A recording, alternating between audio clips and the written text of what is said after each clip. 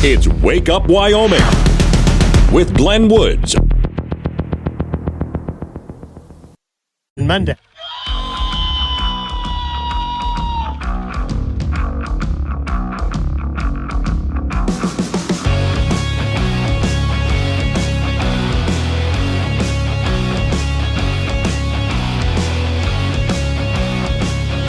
.606 is the time. It's Wake Up Wyoming. It's a Thursday, and I swear I can see the weekend from here. Today's show is sponsored by Sweet and Spicy Toilet Paper. Because life is, well, you need... No, you don't. I mean, life needs... There's no... Okay, no. I don't know why you would need this. Unless it's a gag gift for Christmas, then I understand.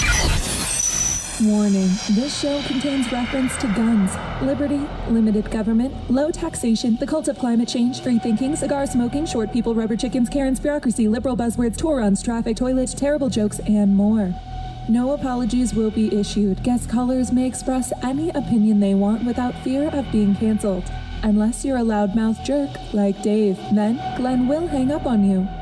Strap in, hold on to your coffee, and feel free to participate. This disclaimer does not refer to every person named Dave, just one particular Dave from San Francisco. We know a lot of Daves. They call this show all the time, and they're great people. So don't call this program and complain that we use your name. That would be a real Dave move, Dave. First off, just a programming note here. Miss Mary is back from her trip, which means we get to do the open phone thing finally. And I know a lot of you have been just itching to get at the phones today. So today and tomorrow, all you want, 888-97-WOODS, 888-97-WOODS.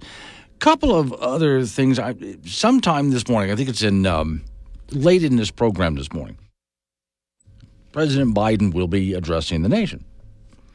Now, I did watch the speech from Kamala Harris yesterday as she told everybody we want a peaceful transition. And yeah, I'm thinking, she calling Trump a Nazi? Okay. And a fascist, fine. So she wants a peaceful transition into fascism. Anyway, she was calling for a peaceful transition. And I'm sure I will give credit to Biden. He called Trump and congratulated him. Thank you for that. Because last time we had a transition between Biden and Trump, it was not nice. And I don't mean when January 6th. I mean when, well, that too. But also when Trump took office the first time, especially, even that was not, it was cordial enough with, Obama and so on, but there's been some not nice transitions. So for Biden to call and congratulate and then invite Trump to the White House, thank you for that. I'm looking for things like this so we can have this peaceful transition. Now, well, this is part of our process here in America. This is what we do. Even though we are on really divided sides, still, this is what we do. There's a reason for it. Well, if Biden is going to give a speech in about 3 hours or so, I'd heard news top of the hour. If that's the case, I wonder then, is part of it going to be, and we need to do this peacefully, which I would assume would be a plea to those on the radical left, don't do in Washington, D.C. what you guys did last time. Because as much as the left screams about what happened on January 6th, let's not forget, when Trump became president the first time, what they did. Okay, so let's have a peaceful transition. Could be really interesting to hear what Biden has to say if he's able to cognitively stay alert long enough to read that teleprompter and say what needs to be said. And let's hope he talks about this nice, peaceful transition, which is what we're supposed to have. Meantime, and I will get into this some this morning, there's still a meltdown on the left. I'll have some fun with that. But there's some people I'm actually starting to feel sorry for, and that's just because of the position mentally they've put themselves in. And some of them just suffer mental disorders. Also, I do have some more numbers that came in from around the state of Wyoming as far as who is elected to what. And we have to take a look. This is really important for the state of Wyoming, the energy transition. Because as Trump comes into office and the Republicans, looks like the Republicans may just narrowly have the House, they have the Senate. Here's another opportunity. And then Trump as president. And if Trump does support or bring on Elon Musk, He wanted to bring Elon Musk in as a director of efficiency, government efficiency. Musk has had to deal with a lot of bureaucracy, and he's the perfect guy to get rid of it. And that could also help us in our energy transition back to something that makes a whole lot more sense. And so how does that affect us here in Wyoming? Which I would say greatly affects us here in Wyoming. Huge. As Trump would say, huge, because we're an energy state. Among other things, we're an energy state. So I'll get into that as the morning goes on. Jim and Casper is feeling optimistic.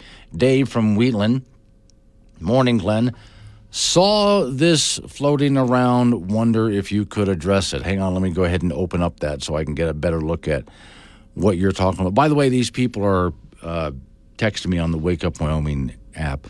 See, Colorado peak politics. Law passed by Colorado Democrats gives all our votes to Trump for winning popular. Oh, okay. Yeah, let me address that real quick. So Colorado wanted to, and I don't know that it worked out this way for them. Let me double check to make sure that it worked out for them. Colorado Democrats wanted Colorado to go, this is a good question, Dave, wanted to go for a popular vote where no matter what happened in Colorado, it didn't matter how Colorado went. Colorado electors in the Electoral College would go for the popular vote nationally. And one of the things I had said at the time was, hey, Colorado, you liberals out there are going to hate this.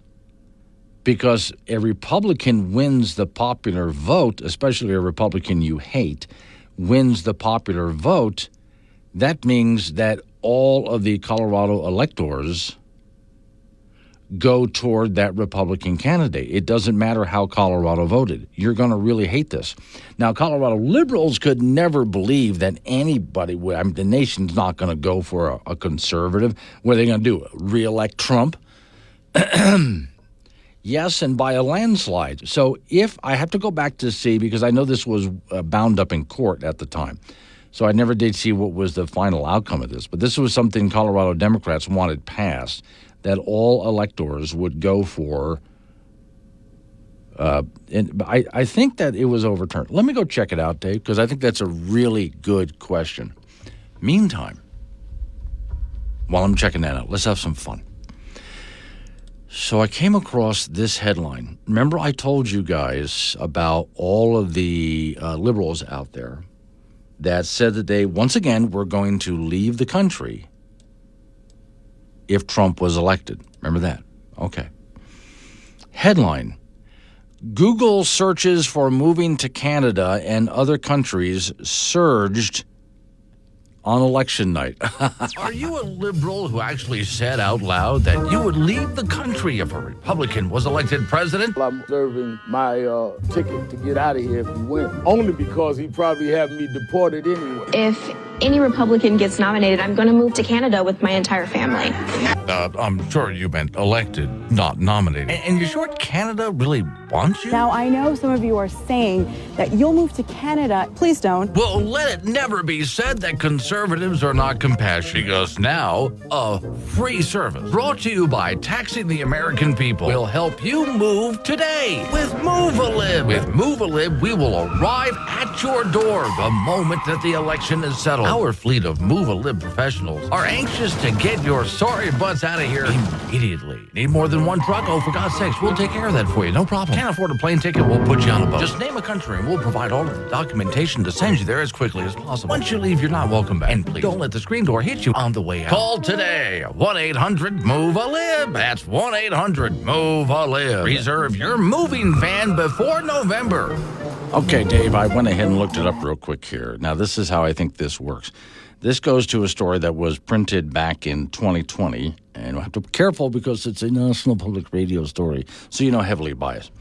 The presidency often hinges on a handful of states. Some have made it a popular vote pact.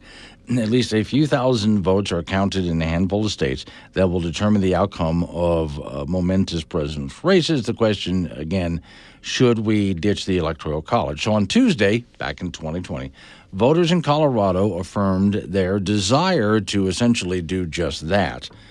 Coloradans voted to stay in the National Popular Vote Interstate Compact.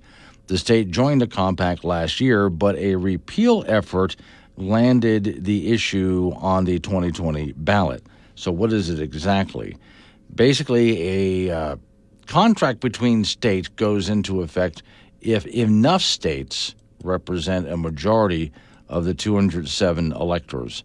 The states in the compact agree that rather than giving their presidential electors to the candidate who wins the most votes in the state, it'll award it to whoever gets the popular vote. To date, 15 states in the District of Columbia have signed on with the combined 196 electoral votes to take effect. The bill needs to be enacted by the states that have an additional 74 electoral votes and thereby cross the 270 threshold. So, in other words, it looks to me like, it looks to me like they went ahead and put this together as a pact, but it doesn't look like they have enough states signed on to it to make it a thing as of yet. But it's something that they wanted to do. So I think that's really interesting that they and this is what I warned them on. Hey, Colorado, careful now that you do this, because if some Republican that you hate wins the popular vote, what are you going to do? Well, that's what just happened here. I'll keep looking, Dave, but it looks to me that not enough states signed on to this to make it a thing. Although that's where Colorado and several other states want it to go. Concerns for the president's health are growing after the Secret Service reportedly discovered Joe Biden attempting to dig what appears to be his own grave on the White House lawn. Agents reported that the 81-year-old Biden was panting from exertion from the effort of digging the hole, which was nearly 5 feet deep, and that his hands and fingernails were caked in dirt. The White House has since denied that Biden was digging his own grave and insisted he was merely digging a large hole. The best of the state within his price range. Tune in to Wake Up Wyoming with Glenn Woods, weekdays at 6. Is the time. It's Wake Up Wyoming. Morning, John. John up there. Dave from Wheatland. There's another John up there in Casper. Okay, we do have phones today and tomorrow. 888-97 Woods, the phone number, 888-97-WOODS. Here's another one, which I was really curious, as long as I was talking about Colorado. And that was a very good question, Dave. Thanks for that. So there was a proposal to ban a sheep. If I say sheep enough, I'll fall asleep. Slaughterhouse in operation in Denver. Now, that was killed, but not just by who you think. So, a story from Cowboy State Daily. A proposed ban on a sheep slaughterhouse operation within the Denver city limits was killed by voters Tuesday by a nearly 3-to-1 margin, prompting a wave of relief among Wyoming sheep ranchers. Opponents of the proposed ban, known as, it was an Ordinance 309, said the ordinance was targeted at one business, the Superior Farms Lamb Processing in Denver, that claims to process between 15% and 20% of all lambs brought to the market in the United States. And then they talk about how the Wyoming stock growers are very pleased that this went down. Now, here again, it's who voted against it. Ordinance 309 didn't just lose, the story says. It was a big loss, with 65% in favor of shutting down the ban, basically. 35% in favor of it. And the people who were shutting down the ban, saying we're not going to ban this, included many liberals who wanted that as a business in the area. Superior Farms also produce certified meat, which is based on humane treatment throughout the entire life cycle of the animal. A recent Colorado State University study found that the proposed slaughterhouse ban could have cost the economy about $861 million and threatened about 2,700 jobs. And so Coloradans took a look at that and went, well, hell no, we're not going to go. No. So basically, there's a bunch of animal rights activists in Colorado who were able to get this on the ballot, and about 65% of Coloradans in that area said, no, we're not banning this. Nearly 51% of the lambs from Wyoming are processed there.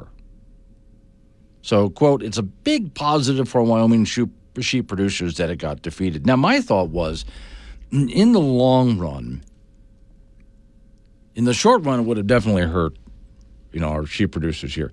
In the long run, I don't think it would, because that production facility, or processing facility, if you would have just moved somewhere else. It wouldn't have stopped them. They just wouldn't be doing it in Denver. So my thought is, hey, I got a perfect place for you to move that facility. I can think of several places here in Wyoming that would love to have that facility, so just move up here. It's a lot like back when Colorado was given a hard time to Magpul. And Magpul, that makes magazines for guns, finally decided, well, screw you, and they just moved up to Wyoming. And they weren't the only ones. We've welcomed several companies from Colorado into Wyoming just because they couldn't do business there because of the Colorado liberals driving them out. Fine. We'll take your business here. Just got to make sure that everybody who moves up here to work the facility signs the oath, the citizenship oath, as they move over the border. All right, coming up on local news, after a local news update on your weather forecast, you and I get back into it again. Phones are back. Miss Mary's back. Phones are back. 888-97 Woods. That's 888-97 WOODS. Wake Up Wyoming.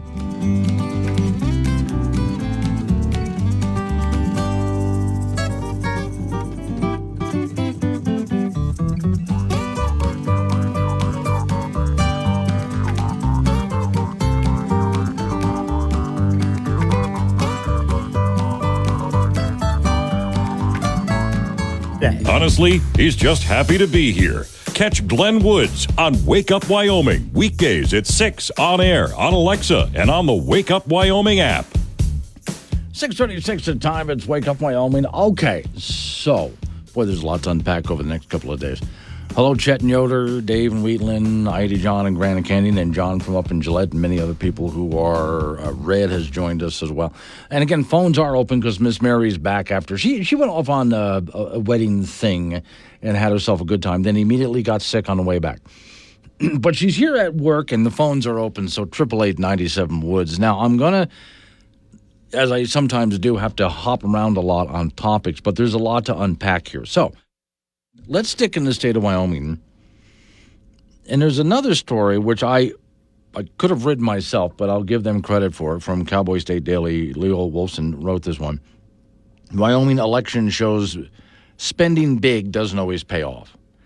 And what he does is he goes and breaks down who spent a lot of money in the state of Wyoming, and did they win or not? And the answer is not necessarily. Now, the reason I say I could have written this article because I did remember a while back when Gordon first became governor.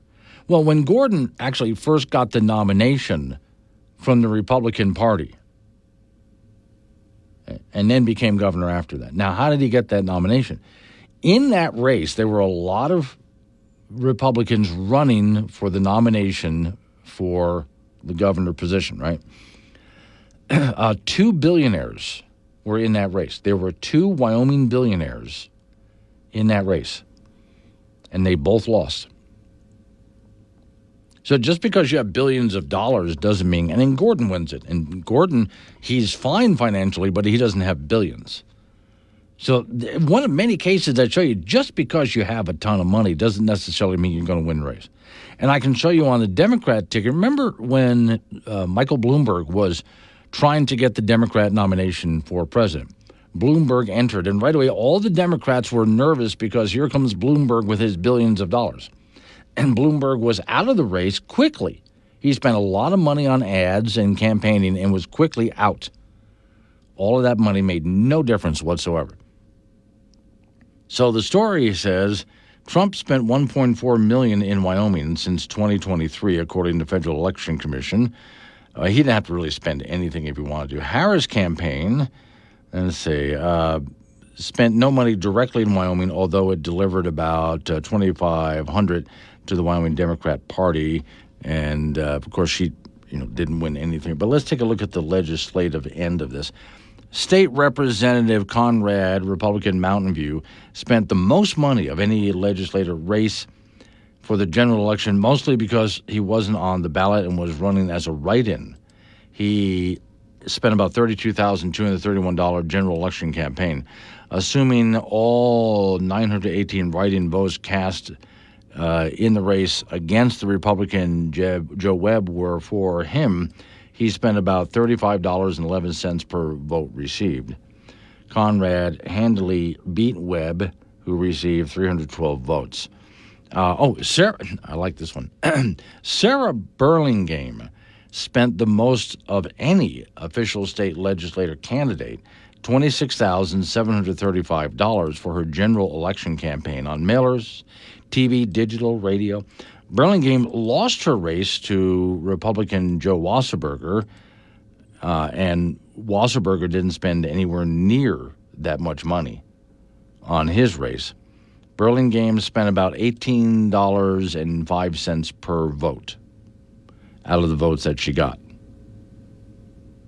So, again, here's someone, a Democrat, spending loads of money and not winning that. Cheyenne Democrat Jen Solis spent about $25,783 on radio, newspaper, and digital advertising. He spent about $1,750 with Cody Daly on advertising. She bought about $29,449 in contributions for the general election, which came with $15,000 from various political action committees. She spent about $13.92 per vote. And let's see, she got 1,852 votes. The Republican spent about $18,105 on his campaign, radio, digital, newspaper advertising.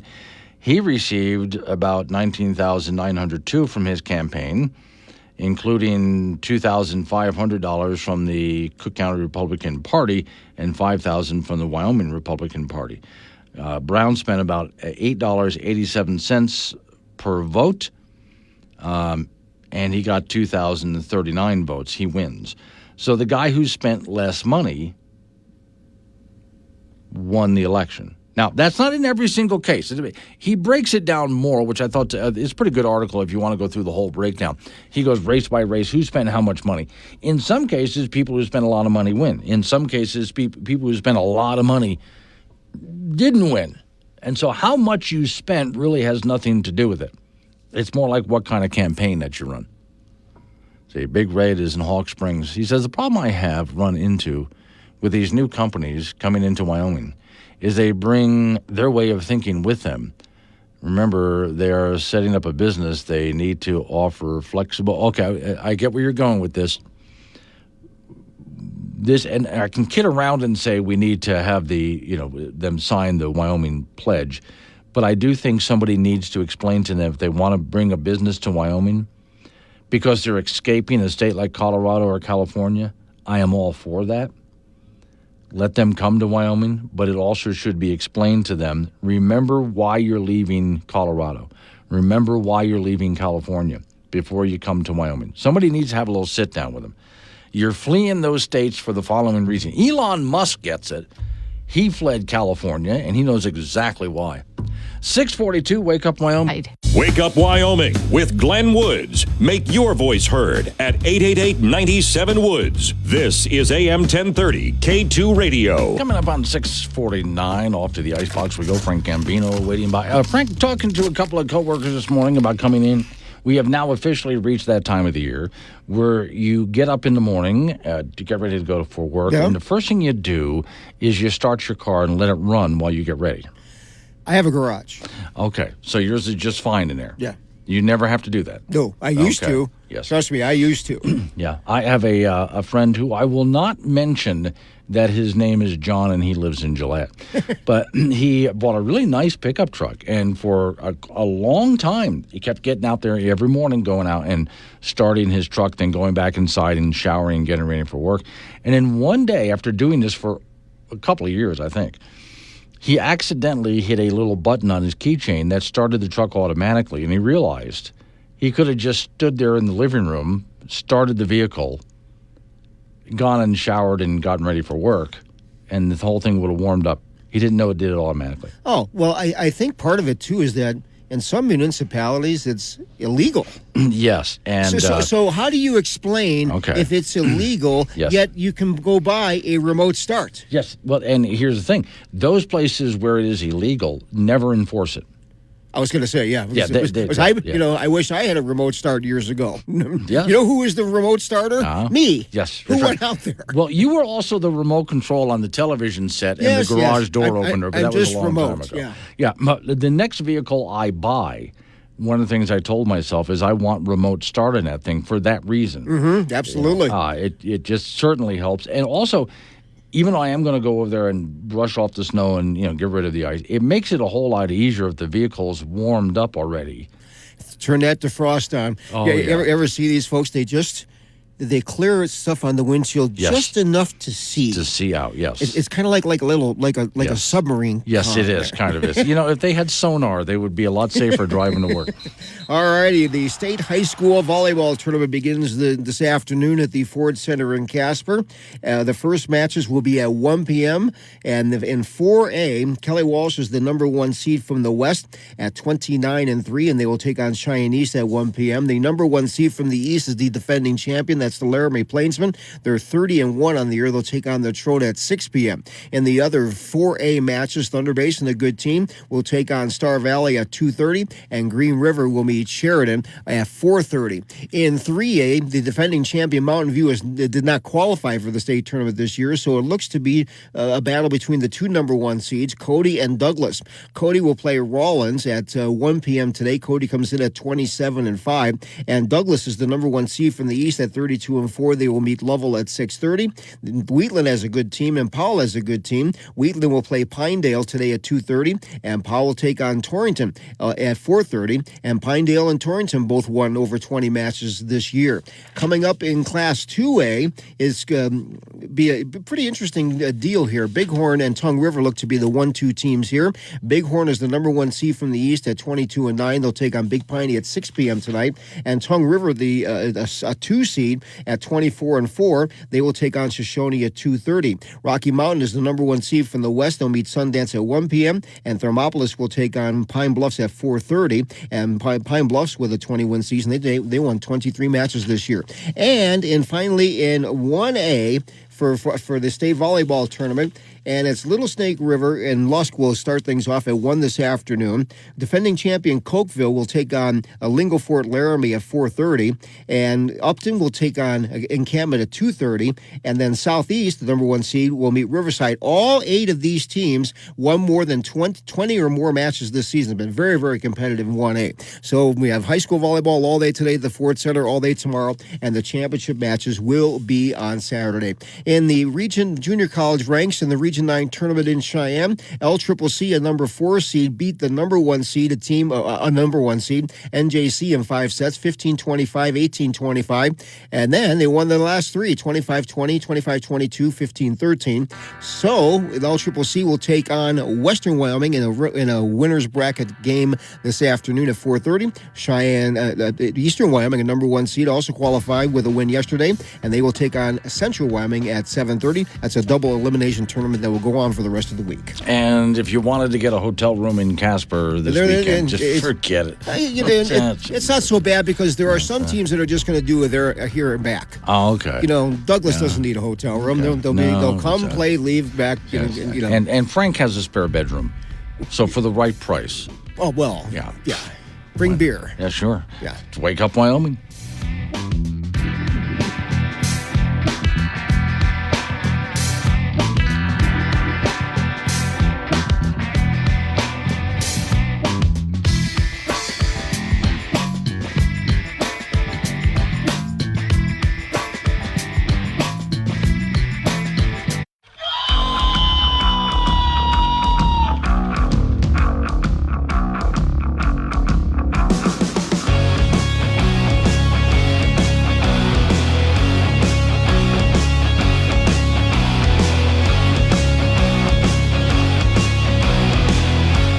Six the time. It's Wake Up Wyoming. It's a Thursday, which means I can see the weekend from here. Oh, and Miss Mary's back, so we have phones today.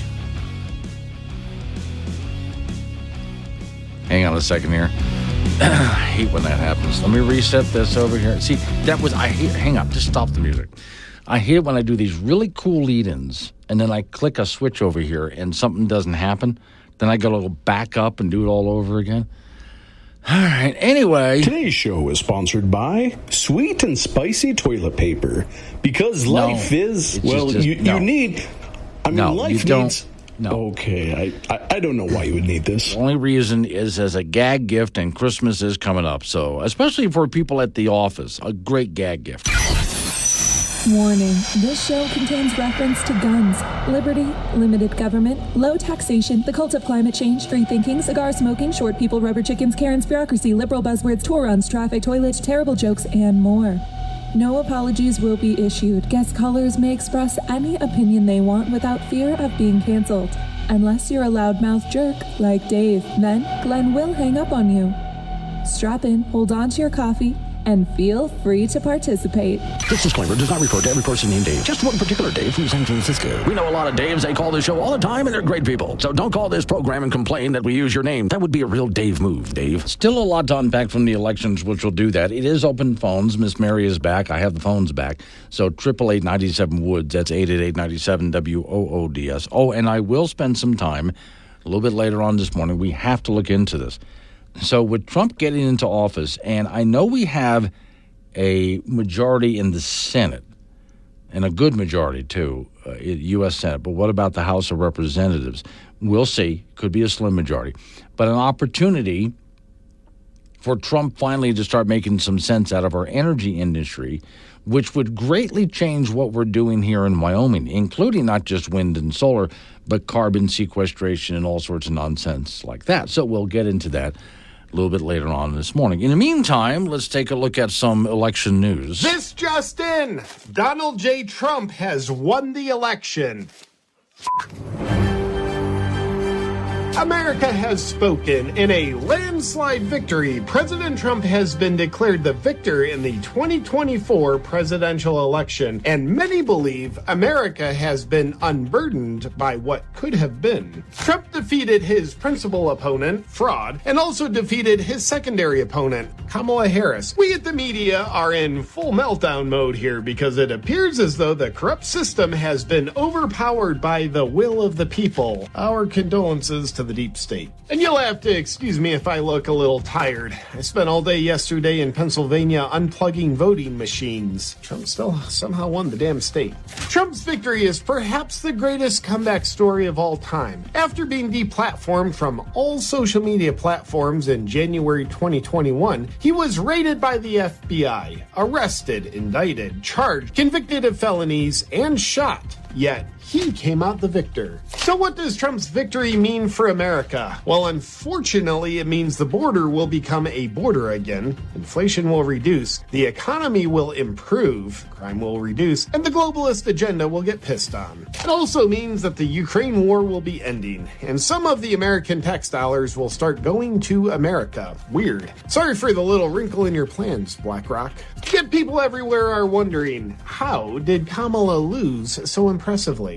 Well, as she was a DEI pick for VP under Biden, it turns out that when she has to receive votes in an election where people are voting on merit, she doesn't perform that well. No, she really doesn't. All right, so real quick, I said from the beginning, well, if you listen to this program for a while, you've heard me say many times over, don't listen to the polls.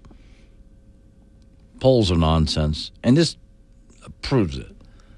This election here just flat out proves what I'm talking about. But still, people look at it. And I do get annoyed when I tune into other talk shows, some that are on the radio stations that carry this program, but also if I ever do listen to some former news television stations like Fox or CNN or whatever, they're constantly going through the polls. I guess it gives them something to fill time with. The polls say, the polls say, the polls. Don't listen to them. Don't even listen to exit polls. It's garbage. Well, of all people, Jon Stewart, and I would like to play the audio for you, but I can't because he just cusses too much. But okay, Jon Stewart just went off on the polls, and basically he said the best line of his rant was, we were in the margin of blank me, that's because Stewart knows, coming from the polling industry, really, they have absolutely no credibility at this point. You were told at the beginning of all of this that this was going to be a tight race. And first you were told that she was ahead. Then you were told that he slightly pulled ahead, Trump did. Then as we got closer to Election Day, this is just going to be too close to call. It's just going to be really close. I just can't believe how close it is. We're probably going to be counting votes for weeks here. Who knows what's going to happen? And then it turns out to be a complete blowout. And as I explained yesterday, and some more numbers have come in, the Hispanic vote. Start with that, the Hispanic vote. Last I looked at it, it was a little over 67% of the Hispanic vote went for Trump. Women, especially suburban white women, who traditionally, suburban white women, vote Democrat. But they went 51% for Trump. And remember, the Democrats even put out a commercial urging, and I think this might have had something to do with it as well, but urging suburban white women to tell the husband, oh, no, don't worry, I voted for the right person, and then secretly vote for Harris. But that's not what happened.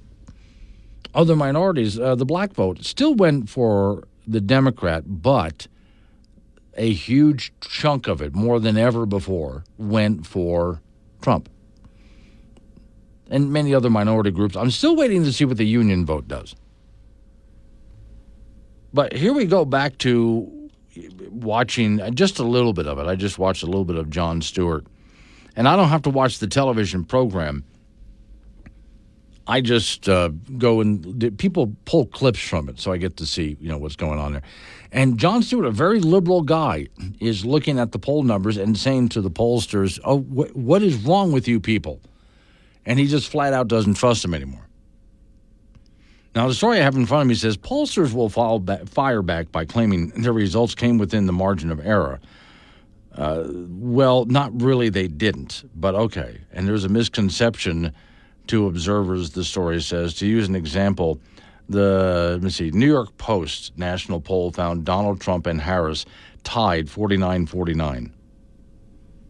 What does that mean? Either candidate could be within the range of 46 to 52% with 95% confident level? Then okay.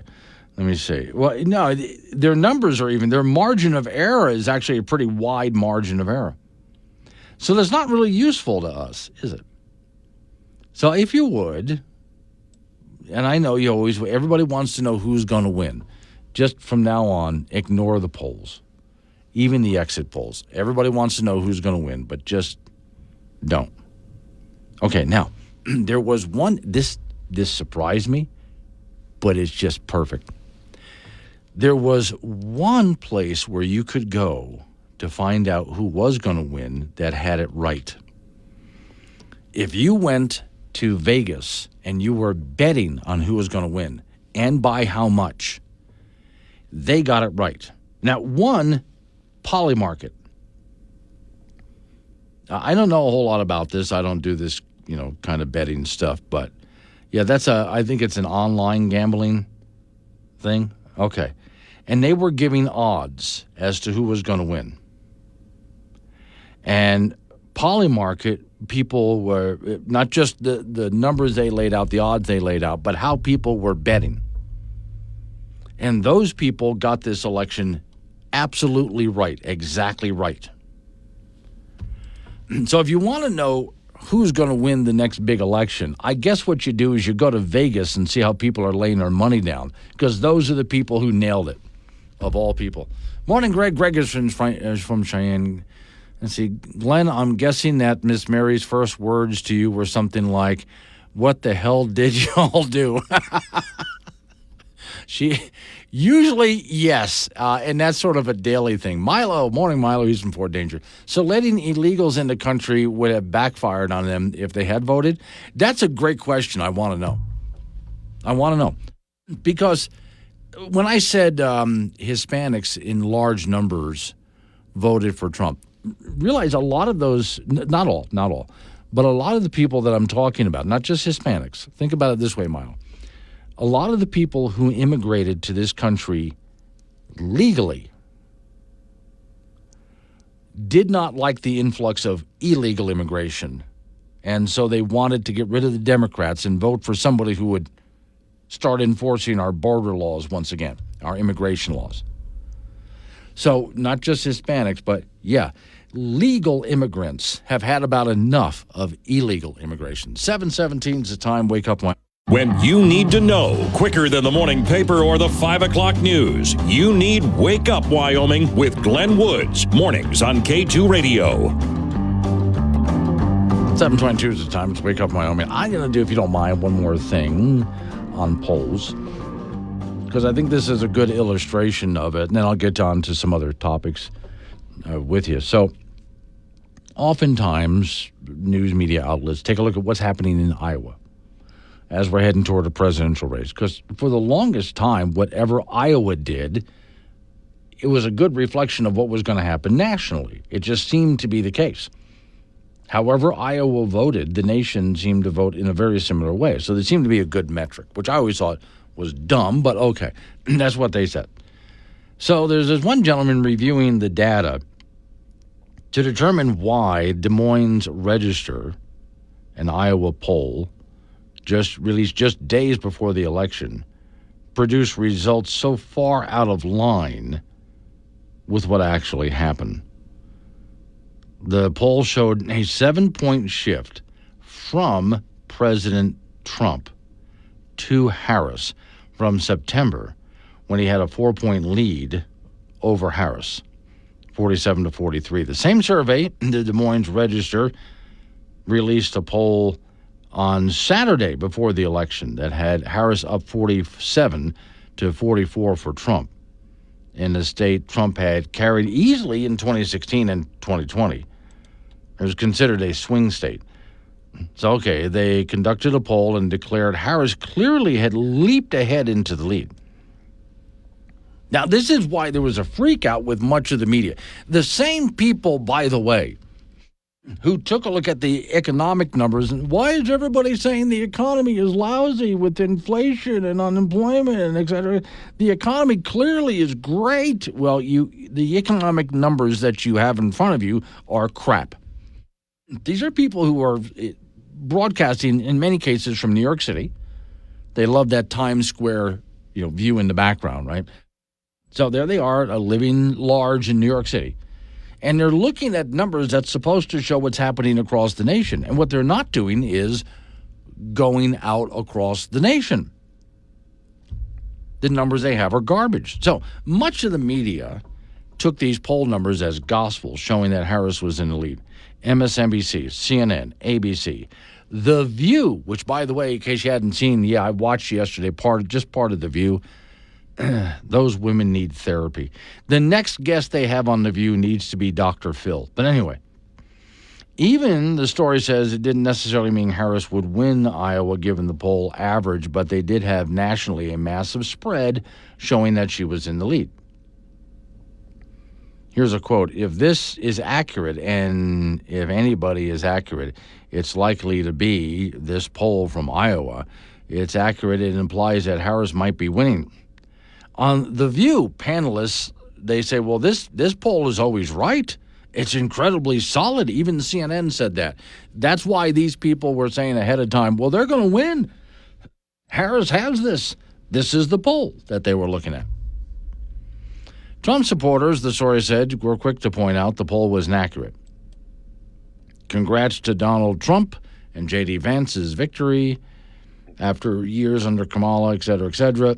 And then the statement goes on to talk about how the polls were just garbage again. Kamala Harris, enjoy retirement. So, let's see. Here's Joe Concha, who I don't know who that is. Take a bow, Mr. Seltzer. You are off by 17 points. Now, think about that. A poll that so many on the left were looking at as gospel was off by about 17 points. And that wasn't the only one. There were many others. And I'm looking to all sorts of people on, I keep calling it Twitter, I know, that were just giving them all. And that includes some very liberal talk shows are looking at their numbers going, what the hell? Because they thought they had those numbers, boy. Well, while you're at it, take a look at your economic numbers as well. Now, quit looking at the polls, quit looking at the paperwork, and do some real journalism. Go out into America and actually talk to people, and you'll find out. Bert in Cheyenne, why is it Des Moines, but it's not Des Plaines? You know, American English is stupid. That's why, Bert. Becky in Cheyenne, if women had the intelligence level of Kamala acted like we would have, I would have been in a lot of trouble. However, would I see what to do since I don't have a husband to tell me what to do. All right, so here's the deal, Becky. This is really just going to blow away many people who are on, again, MSNBC and The View and so on. Your white suburban woman can think for herself and make up her own mind. And just because she decided to vote for Trump does not mean she is stupid. She's not a deplorable. She's not doing it because her husband told her to do it. She took a look at the situation in America and decided we need to do something different. And the same thing for Hispanic voters and black voters and so many other groups. I'm still waiting to hear from the unions that just decided, hey, what we're doing isn't working. And they start to see the evidence from your irrelevant, obsolete news media that, hey, maybe we're being lied to here. And they saw how many times they were being lied to by the Biden and Harris administration. And they finally decided, let's do something different. And so they went ahead and made up their own minds about this. Now, I got some quotes I want to play for you a little bit later that show some leftist freakouts, including Joe Scarborough, the guy, the Joe in Morning Joe on MSNBC. You voted for Trump because you just didn't want a black woman to be president. That's all. That's the only reason why. And if that's what he honestly thinks, then he has no idea why you voted the way you did. Again, Joe, leave New York, get out from behind your desk, leave New York, go out across the country and actually talk to real human beings, real Americans, and find out. How about that? All right, coming up on some local news that we have to take care of after that update on your weather forecast. And I got stuff besides polls, including some local Wyoming numbers. And we have to talk about what this means for the Wyoming energy industry and cattle industry with a Trump presidency. We'll do that in the 8 o'clock hour. Yes, the phones are open. 888-97 Woods. Wake up, Wyoming.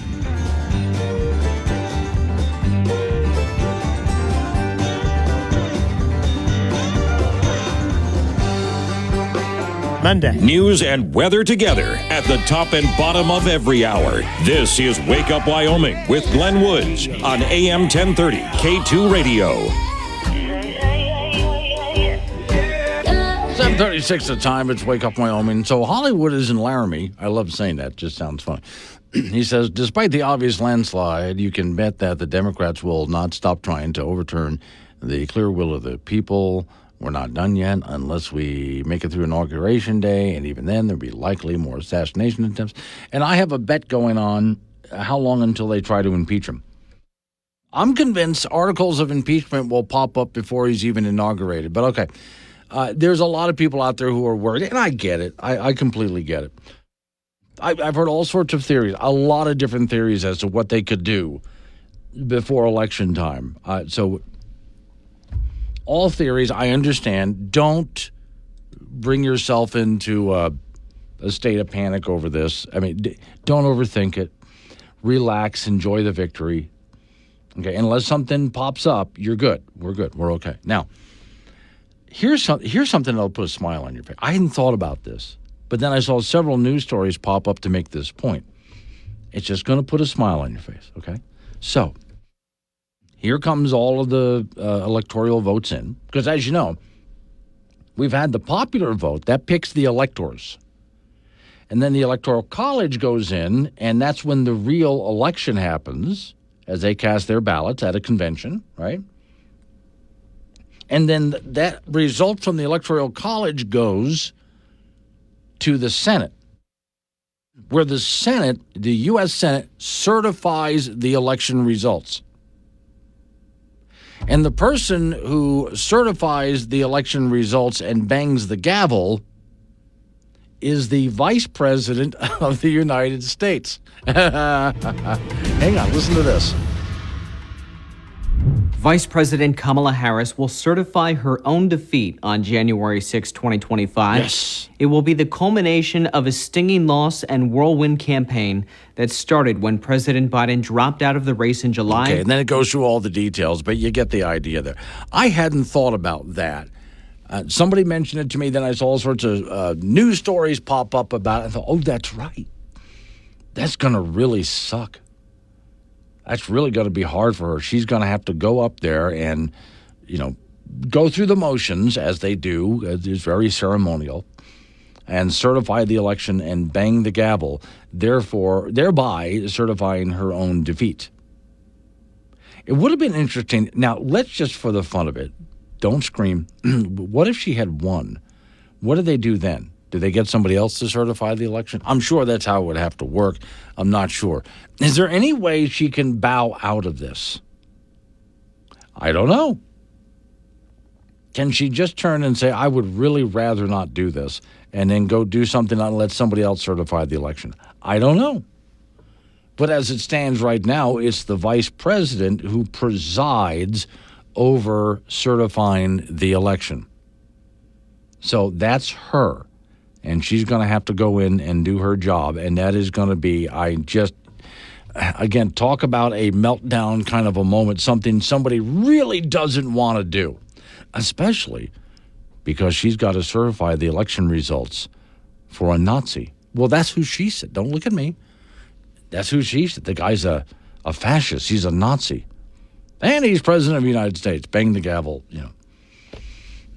That's your peaceful transition of power for you. This is going to be really interesting to watch. Now, I would suggest when it comes time for those election results to be certified, popcorn, beer lovers out there, go ahead and start thinking in advance what kind of beer do you, or wine, for the wine lovers out there, what kind of, have a party, have a certification party over at your house.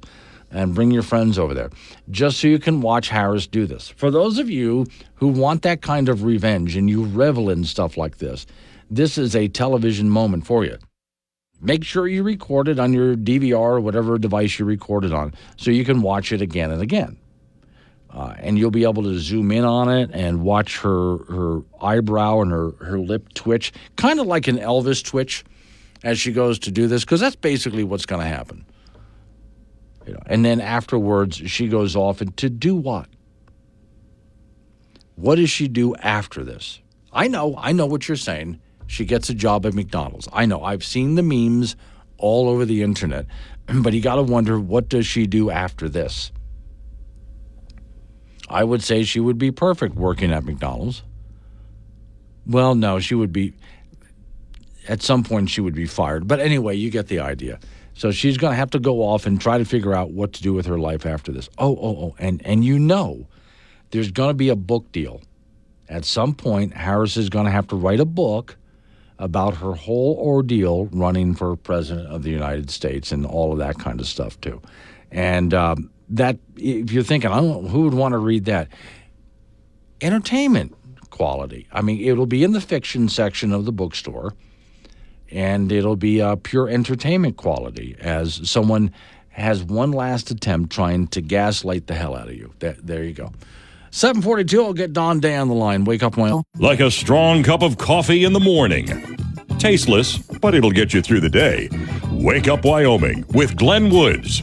7:45 is the time. It's Wake Up Wyoming. I'll go to talk to Don Day from Day Weather. Don, I noticed on your podcast this morning, you spend a lot of time on Colorado and south of there.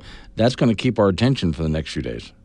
Well, it is, because what's happening down there could end up affecting parts of Wyoming tomorrow night into Saturday. But, you always kind of find what to talk about in the region, because there's not a lot to talk about today or tomorrow. But that storm down south is a big one. And Laramie and Cheyenne and the eastern border counties of the state aren't going to get clobbered, but we'll get into the action here before it's all said and done. Okay, so this is a big swirling top that's going to go down and come right back up.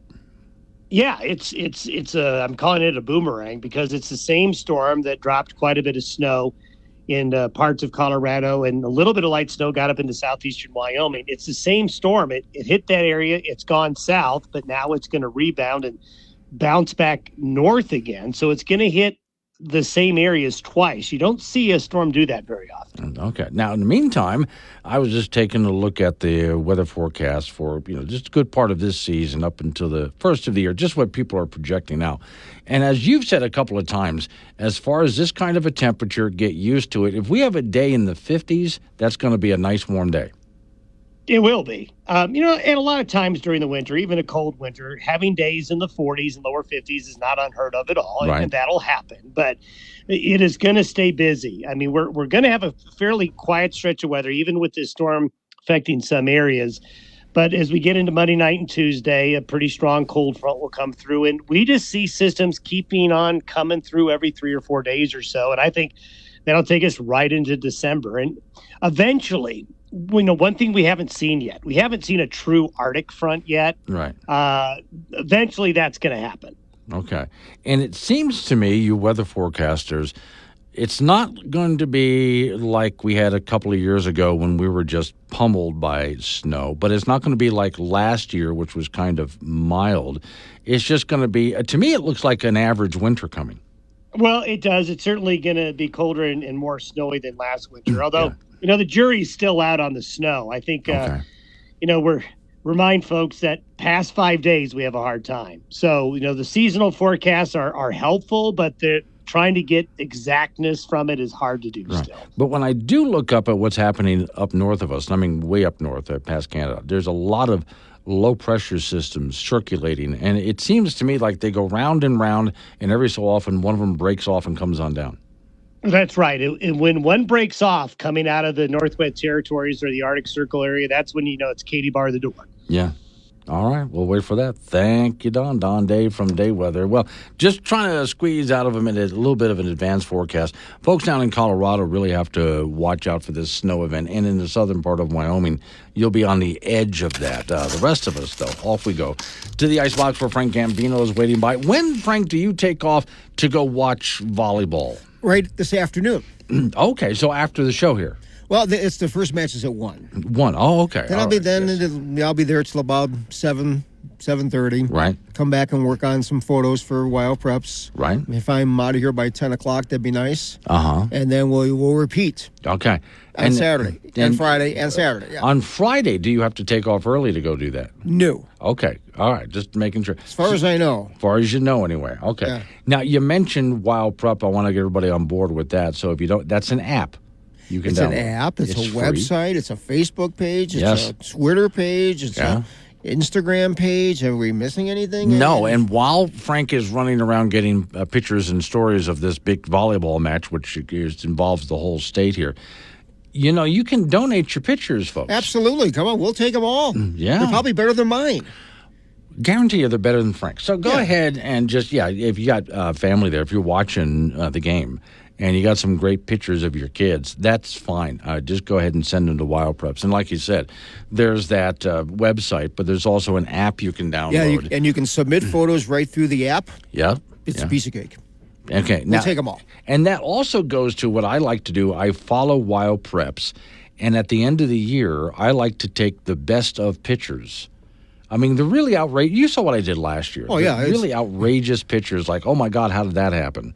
And I make a gallery out of those. It happens just about there's something every week that is captured by the photographers around the state that's like, oh, check that out. I've often said when it comes to photography, the easiest job would be sports photographer. All you got to do is point your camera in the direction of the action. And something will happen. Yes, just let it click away. And every so often, you're going to get one of those shots. You're going to go, wow, whoa. And that's the next cover of Sports Illustrated or Wild Preps, for that matter. I call those money shots. Yeah. You don't even have to look through your camera. Just point the camera in the general direction of the action and just let her rip. You'll get it. All righty. We'll talk about the state high school volleyball tournament that does begin this afternoon at 1 p.m.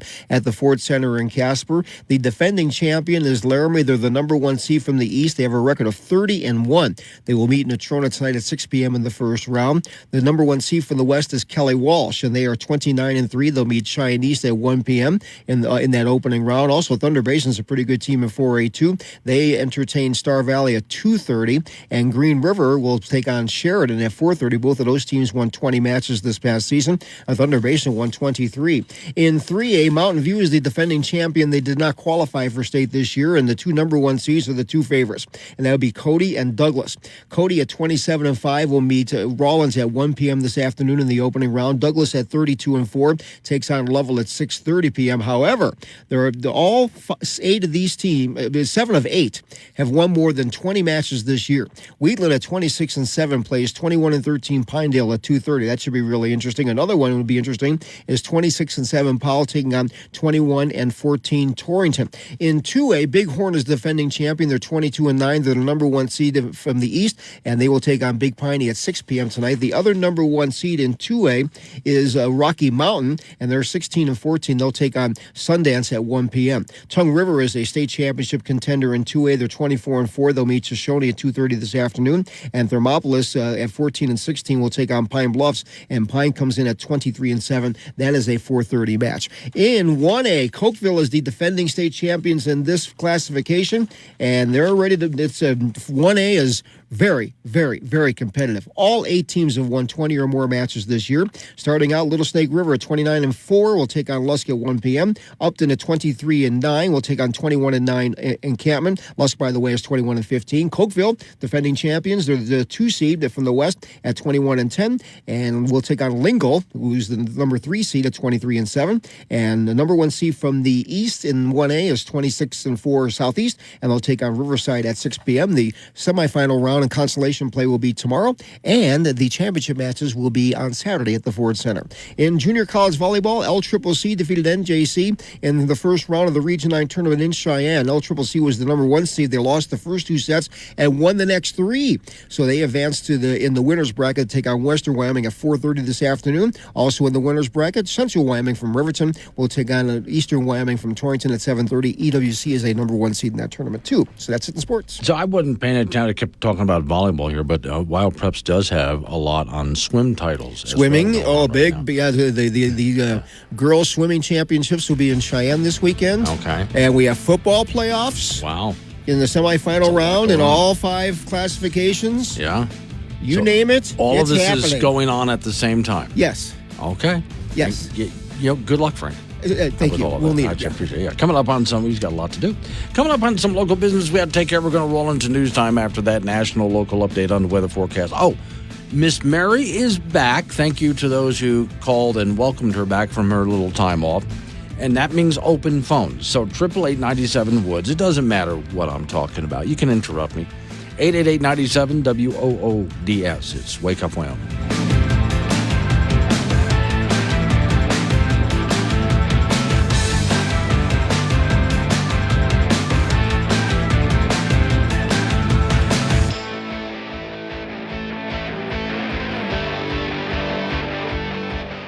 Monday.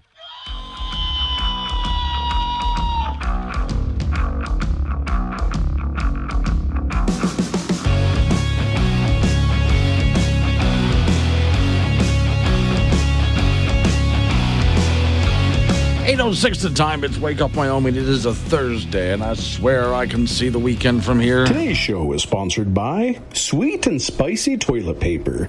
Because life is, well, you need... life needs... Just okay. Stop. I don't know why you would need this. No, as a perfect gag gift for Christmas time, especially for someone you work with. That's why. It is open phones. Warning. Wake Up Wyoming is about to enter daily open phones. This means that anyone will be allowed to call in and talk about anything. I mean, imagine if we actually allowed you on air to say anything you wanted. Scary, right? Well, we're just that brand of crazy. If you are offended by what other people think, then maybe you want to tune out right about now. Just saying. If you should choose to call, just remember, the more funny and interesting you are, the longer Glenn will keep you on the line. Obnoxious jerks will be hung up on. Dave, all right, strap in and let's do this thing. Yes, the phones are open because Miss Mary is back, so you can go ahead and jump in with anything you want. 888-97-WOODS, the phone number. That's 888-97-WOODS. Now, I'll answer this again. This is Gary. He's in Cheyenne. He sends me a note. And you're not the first one to send me this note this morning, Gary. So I'll get everybody up to speed on what's going on. Gary writes, and he's texting me on the Wake Up Wyoming app. He says, in 2019, Colorado passed a law that they awarded their electoral votes to the winner of the popular vote to try to do away with the Electoral College because they thought a Republican would never win. And they did do that. They actually passed that, with some other states passing it. But in order for that to actually become a law, a number of other states would have to join Colorado. And Colorado never got never really a lot of states to join the idea. And so that does not take effect in Colorado. Now, remember when they did this, I warned Colorado at the time, as best I can, because I know this show's heard down in Colorado. We have Colorado listeners. That's the best I can do. I hate Colorado. The reason this is a bad idea is because if you get someone you really hate that wins the popular vote, you would have voted for the Democrat, but that means all of your electoral votes go to the Republican. This is a horrible idea. Now, their reaction would be, what do you think, Trump's going to get elected again? What do you think? Yes, and by a landslide. But no, the Colorado electoral votes stay Democrat because, again, not enough states joined to make that a thing. Now, there's something I want to get into, but if you want to interrupt me, that's fine. With something else. 888-97-WOODS, the phone number. That's 888-97-WOODS. So you've been noticing, we've been talking about this for, 4 years now, as we've had a Democrat president and Senate as well, but also the bureaucracy, which is heavily Democrat. And so you've seen what this has done to our energy industry. As your federal government has dumped all sorts of subsidies, just dropped loads of subsidies on wind and solar. At the same time, tried to strangle out organic fuels like coal, gas, and oil. And we've seen that as they've said to us, your energy is going to become more reliable and more affordable, and the opposite of that has happened. Our energy has become far less reliable, and the prices keep going up, which, of course, we all knew that was going to happen. Now, as I've said to you many times, this is not going to happen unless the federal government is dumping subsidies to make this a thing. They are piling on the subsidies to make this happen.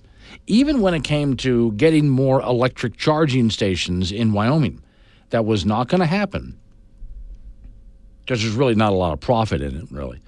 But that was not going to happen unless the federal government came in with all sorts of subsidies. And even then, it really didn't work out for Wyoming. Okay, well, here comes a Trump administration. Now, not just Trump. Trump is going to bring in, perhaps, people like Elon Musk, who must, if he does, Elon Musk's job will be to trim down the bureaucracy and make it more efficient, which we've been needing someone to do that for a long time. But also, we have a Republican Senate, and I believe the Senate might have 52 votes right now. And then we have to, we're waiting for the House of Representatives. If the Republicans hold it, it's going to be slim. But with all of this in mind, you saw last time Trump was president, with executive orders, what he did to the Environmental Protection Agency, the Bureau of Land Management, and the Department of Energy, and other such agencies like that. He seriously cut them back. And he campaigned, and I believe him, on drill, baby, drill. Which means those people who have invested heavily in wind and solar already see the problem. They see the writing on the wall. Because without the subsidies, these forms of energy are not going to last very long. As I've told you many times before, very few wind and solar farms make any kind of a profit. They're built with subsidies, and they survive mainly on subsidies. And if those subsidies are shut off, and one of the things I'm hoping Trump will do this time, he didn't do it last time, but I'm hoping he'll do it this time, is let's get that deficit under control, which means we can't just go borrowing and printing a whole bunch of money and just dumping them into all sorts of projects out there. If wind and solar are going to make it, they have to make it on their own. And that's what I've said many times before. I don't mind if somebody wants to start a solar farm somewhere in Wyoming, go ahead. Do it on your own money. Go get investors and go get it done. Enough with the subsidies. And those subsidies may just be coming to an end real soon. Now, it's not going to be that easy. There's still the problem of, remember the Inflation Reduction Act, which even Biden admitted, flat out admitted, had nothing to do with reducing inflation. That's how they got it passed, by lying about what it was. They lied and called it the Inflation Reduction Act. And after they passed it, well, really, it's more like your Green New Deal. Well, there's a lot of money from that. That was passed by the Democrats. There's a lot of money there. And that is a law. So the Republicans will have to dismantle that. There's all sorts of grants and subsidies and so on. But that can be done, especially since we're facing such a massive national debt and deficit. But then let's take a look at the stock market for a moment, Wall Street. The moment that everybody realized Trump is going to be president, wind energy developers experience a 14% drop on Wall Street. Shares of solar companies fell by 40%. 40%. That's massive. That could bankrupt both of those industries, those that are relying also on shareholders. Okay. So what happens to these industries? Then also, and Lord, please let this be the case, if Trump gets a hold of, like he did last time, the EPA, for example, the EPA has written a whole bunch of rules regarding carbon sequestration. And in order for, this is why Wyoming has gotten involved in carbon sequestration, because according to the EPA rules, by a certain date, our power plants have to reach net zero, or according to our current governor, below that.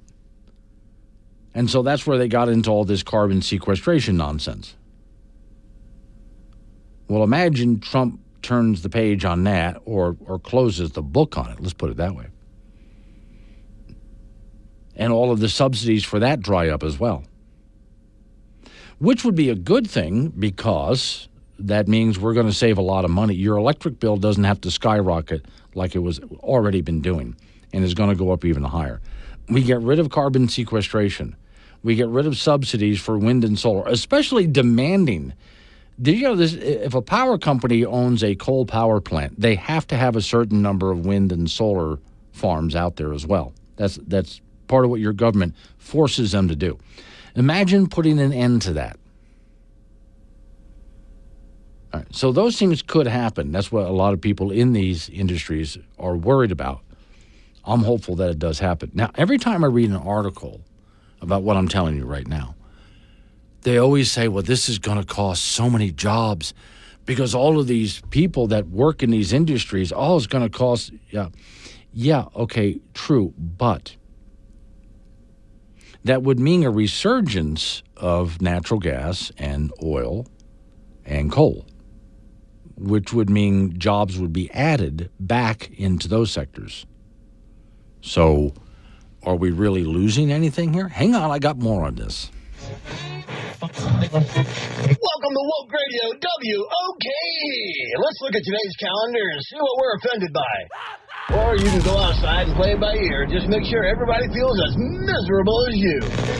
Now, Glenn Woods fits in your pocket with the Wake Up Wyoming mobile app. This is AM 1030 K2 Radio. 8:21's the time. It's Wake Up Wyoming. So while I got a topic going here, you can interrupt me with whatever you want to talk about. It's 888-97 Woods. That's 888-97 WOODS. So Milo in Fort Danger, since I'm talking about cutting spending on things, and stop sending money to other countries. Amen to that. Blue Eyes and Douglas. Watch out, Governor Gordon and Rocky Mountain Power. Yeah, true, because so much of the energy, and if you're just joining me, this is what I'm talking about. So much of the pathway we've been taking across the country and in Wyoming for energy has been pushing more toward wind and solar. And putting the squeeze, if you will, on coal, gas, and oil. Because, they want to keep it all in the ground. And we've had this conversation before. And so here comes another term of President Trump with his drill baby drill. He says, and if I'm taking him at his word, he wants to end subsidies and get back into the organic fuels of coal, gas, and oil. Now, this is where also I say, look, if someone wants to build a wind farm or a solar farm, I don't think we should stop them. Let the free market take care of it. They need to do it on their own dime, on their own time. I hope this also puts an end to carbon sequestration nonsense, which is one of many things that's raising your electricity rates for no good answer whatsoever. And I know it's going to drive those people on the left absolutely crazy. It's going to. It will. And let them go crazy. Because we do need reliable energy. And this can be explained to the American people. Some people are not going to get it. MSNBC. Some people are never going to get it. But there's plenty of Americans that do get it. In fact, I'm not big on polls, of course not. But as we take surveys to find out what do people think in America are we causing catastrophic climate change through CO2 emissions? The vast majority of Americans say no. Even though they're constantly trying to be sold that, they don't believe it. And you can also tell not just by what some survey says, but look at how people live. People are not living smaller to try to save the planet. People are not interested in giving up their gas stoves. Oh, there's another one that goes away. Their gas stoves. And other gas appliances. In fact, we may see more of that. Because remember, they kept telling, we're not trying to ban your gas stoves and your gas heaters. And yet that's exactly what they were trying to do. So we can put an end to all of this. Now, again, I'm going by what Trump said that he wanted to do. And I'm taking him at his word that he wants to do this. So let him do this. Let's help him. And I'm hoping that when if Elon Musk takes the job, as sort of an efficiency coordinator for government bureaucracy, that this would be a part of it. Because I was listening to Musk talk about this, and he said, as someone who's trying to, not just SpaceX, but other industries that he runs, he's constantly running into government bureaucracy. And we can't get things done with all of the bureaucrats out there. There's absolutely no way. And so he wants to he had a chance to talk to Trump about this, and he wants to greatly streamline bureaucracy. And I think as far as the energy sector goes, this will be a big part of it, and it can get Wyoming back on track. And I also hope, I don't know, I know I don't want to hope too much over the next 4 years, but I also hope that we can start exporting some energy too. Like, for example, there's other countries around the world that would love to have our coal as an example of that, and getting it out of a country to sell it. Can you imagine how much the Wyoming coal industry could rebound? Start building some pipelines again. Now, they're going to fight back. Expect lawsuits. Yeah, they're going to be screaming, and we're going to have to drag the left through this, kicking and screaming all of the way. It's not going to be pretty, but let them. Because clearly after this election, it shows that their opinion is in the minority. So let them be dragged, kicking and screaming. Like they have been dragging us kicking and screaming into this new form of energy. We can drag them kicking and screaming back. And people especially love it when they see their utility rates go down. Gas prices can go down. But it's a matter of if the Republicans do it right. If Trump does it right, the Republicans do it right. Believing in the free market and letting the free market take over. And government is just there to make sure that people are playing it fair and not trying to rip you off, because there are bad players out there. And the reason for government is not to tell you what kind of car to drive or not to have a gas stove or anything like that. The purpose of government is to make sure you're not being ripped off. And so that's the role. That's what they should be doing. Now, I've been talking about energy with all of this. What I want to get into a little bit next as we get into the next half hour of the program is what about other industries like farming, the cattle industry, even the food industry? Now, a lot of the stuff that we've had fun talking about, like eating bugs, things like that, a lot of those companies, when they get started, the reason they're able to get started is they get government grants. So imagine cutting off that money. Hey, you want to eat bugs? You go ahead, but do it on your own dime. You want an Impossible Burger, fake meat? You can eat that if you want to, but you do that on your own dime. You don't do this for all sorts of government grants. That's got to come to a stop. We have a massive, massive deficit and debt, both, to get rid of here. And that means a lot of that money is going to be cut off. But imagine for those people in the cattle industry, in the sheep industry, yes, even Wyoming's llama industry, and you farmers out there, if we were able to get a hold of the FDA and streamline it, because that's what Elon Musk wants to do, streamline the FDA and make it easier for you to do business and not harder. Imagine where we could go with that and what you could do as a business person. Yeah, this could really help save your industries because you guys operate on such a razor-thin margin as it is, and I know what you have to deal with. I know part of what you have to deal with when you're dealing with the federal government, and some of the states that you folks are in are not much help either. It depends on where you live as far as whether the states are having. If you're a farmer or a rancher trying to make it in California, or even at this point, I hate to say it, Colorado, but imagine if we could put an end to some of that and just make your lives a lot easier so you can get back to business, the business of feeding America and the world for that matter. And so there's a lot of possibilities here, but it depends on, well, are the Republicans really up to it? You and I want to do it. Trump wants to do it. Now, what about the rest of it? All right, rolling into news time.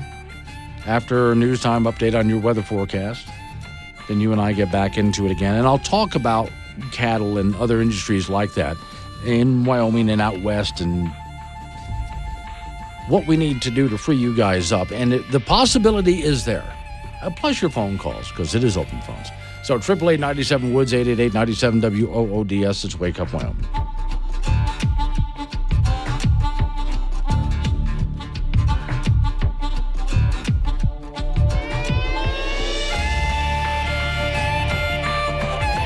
Local and mobile across Wyoming and beyond with the Wake Up Wyoming mobile app. This is AM 1030 K2 Radio.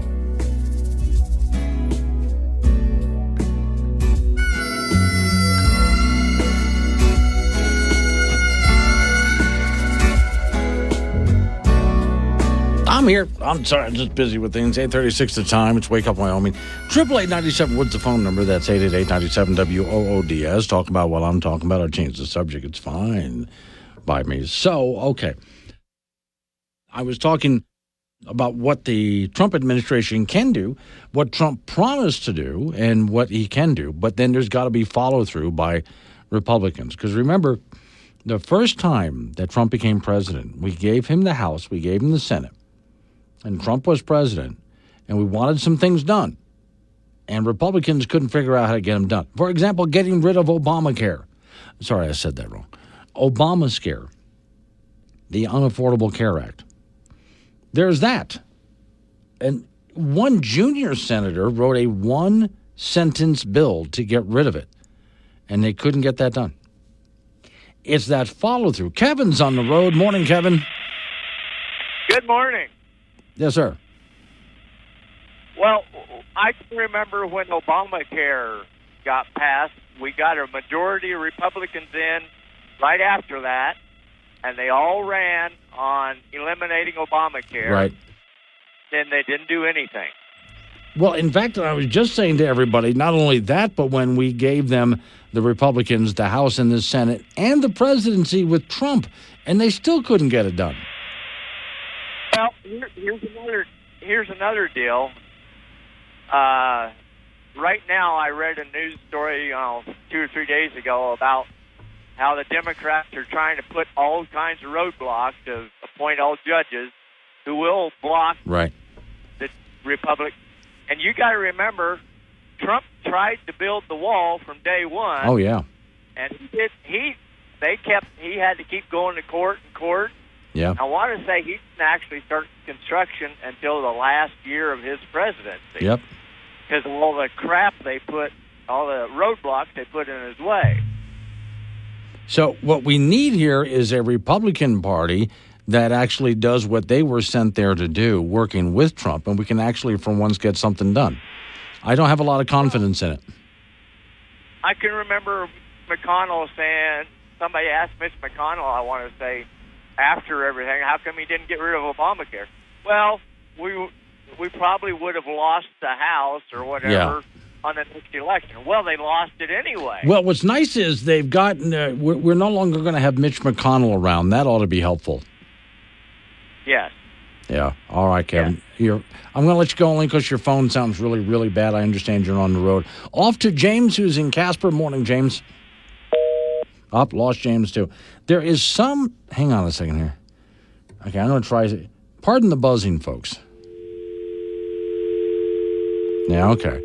There is something, and I noticed it, Miss Mary, with both calls. There was some kind of a background noise on there. And at first I thought it was our first caller because he was on the road. When I tried to pick up the second caller, it was still there.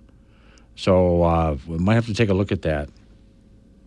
You see, I got another one coming through. I'll see if that noise is still there. Maybe that's something that needs to take a look at. It is open phones, though. So 888-97-WOODS, that's 888-97-WOODS. You can talk about what I'm talking about, change the subject. That's all fine by me. I do think, and this is something that I was saying yesterday and earlier this morning, too, as much as I am holding out hope, and I really, really am holding out hope that Trump can get a lot of things done that he promised to get done, I do worry that not just Democrats getting in the way, of course, the bureaucrats getting in the way, but I worry about if the Republicans are going to do what they did before. At least we won't have Mitch McConnell around anymore. He was a roadblock. But, we have to wait and see because this is not going to be as easy as you might think. All right, we'll try again. James in Casper. Hello, James. Good morning, Glenn. Yes, sir. What you got? Yes, with Trump cutting all the subsidies to all the so-called green energy monstrosities like the one out west of Casper, is that going to go away? Yeah, I would like to think that it does, but I don't know. I would bet a lot of that money's already in the pipeline, and so it might be just about impossible to stop as far as the initial money going out. But I would like to see Trump take a stab at ending those subsidies because he said he would. Let's see if he can. I mean, you're talking, your beef industry. There's a lot of cattle out there. You're talking a big chunk of their land that they can't use anymore. Yeah, that's right. Yeah. There's also another one that's going to go in east of Cheyenne. Now, that's going to take up a massive amount of land. Did they get the subsidies for that already, or can we cut it off? I'd love to see them cut it off. I'd love to see them cut them all off. Yeah. All right. Take the windmills down, put in a micro nuclear plant near us. Yeah. Well, here's the thing. Even if for the wind turbines and solar panels that are currently built, if the subsidies are turned off at some point, how long do you think they exist before they go out of business? Because most of them run on subsidies. They're not making their own money. I wonder how long it takes before they start showing up with bullet holes in them. Yeah, well, yeah, at some point. Yeah, all right. Thank you, James. I appreciate it. Well, again, I don't know. We have a lot. That's me wishing for a lot. Let's see, Blue Eyes and Douglas, get rid of the rhinos that fight against Trump. Yeah, well, the election's already happened, so we're going to have to deal with what we deal with here. It's like, and I like this analogy. I think it's one of the best ones ever put out there for a poker hand. You cannot tell the dealer what cards you want. When you play poker, you are not allowed to tell the dealer what cards you want. You're just going to get what you get, and that's what you have to play. Okay, you have to play the hand you're dealt. So when we take a look at who's in Congress, and we take a look at who the president is, that's the hand we're dealt. Oh, by the way, we've been so focused on who the president is and what Congress is going to look like. What about governors across the state, across the country? Because we have to deal with them as well. Did we add more Republican governors or not? I don't know. I haven't seen those numbers. Everybody's been focused on Trump. That'd be interesting, too. All right.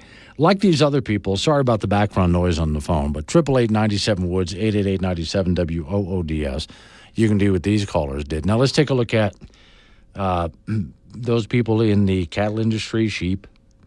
Yes, there's a llama industry in Wyoming. And of course, farmers in Wyoming, too. So a lot of you folks could also benefit from a positive Trump administration if the Republicans work as well. I know there's a farm bill you guys have been fighting for quite a while. But to me, I'm against subsidies. All right. But I'm also in favor of getting rid of a lot of the bureaucracy that's been coming your way.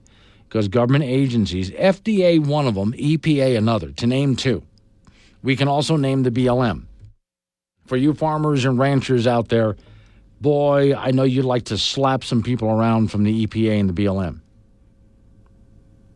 So what I'm hoping that we'll see here, especially because, remember, Trump is in charge of this now. Trump is in charge of the bureaucracy.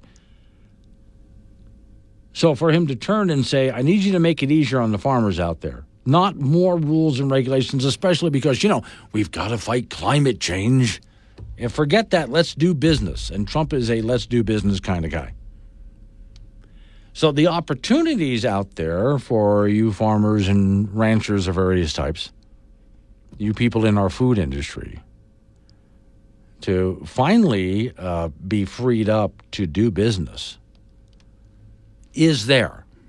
But that also includes making sure, as our callers have been saying, that the Republicans that are in the House and Senate are working with Trump. I think a big part of the problem last time when Trump got into office, a lot of the Republicans there were old guard establishment Republicans that really didn't want to work with Trump. So let's see what Trump gets this time around. It looks to me like they're afraid to not work with him this time around. That's what I think I see anyway. We'll see how this actually plays out. It's Wake Up Wyoming. So many opinions, we had to build the Wake Up Wyoming mobile app to hold them all. Free download from AM 1030 K2 Radio. 8:49 is the time. It's Wake Up Wyoming. Off we go to the icebox. Frank Gambino's waiting by. So, Frank, I touched on it last hour, but I want to get into it a little more because I felt like I've neglected them. So, at the same time, all the volleyball's going on, we have all this swimming going on. Yeah, girls swimming, yep. Yeah, okay. Now, down in Cheyenne East will host this year for the girls, yeah. Where do they, and did they go to that big rec center down there in... Well, they actually have a pool at the high school. Oh, do they? Yeah. Okay. Nice pool. Really nice pool. Now, with volleyball... I know that they have like 4 games going on at once. Mm-hmm. What do you do with swimming? They run one event after the next. One pool, then they take a break, then they'll do diving.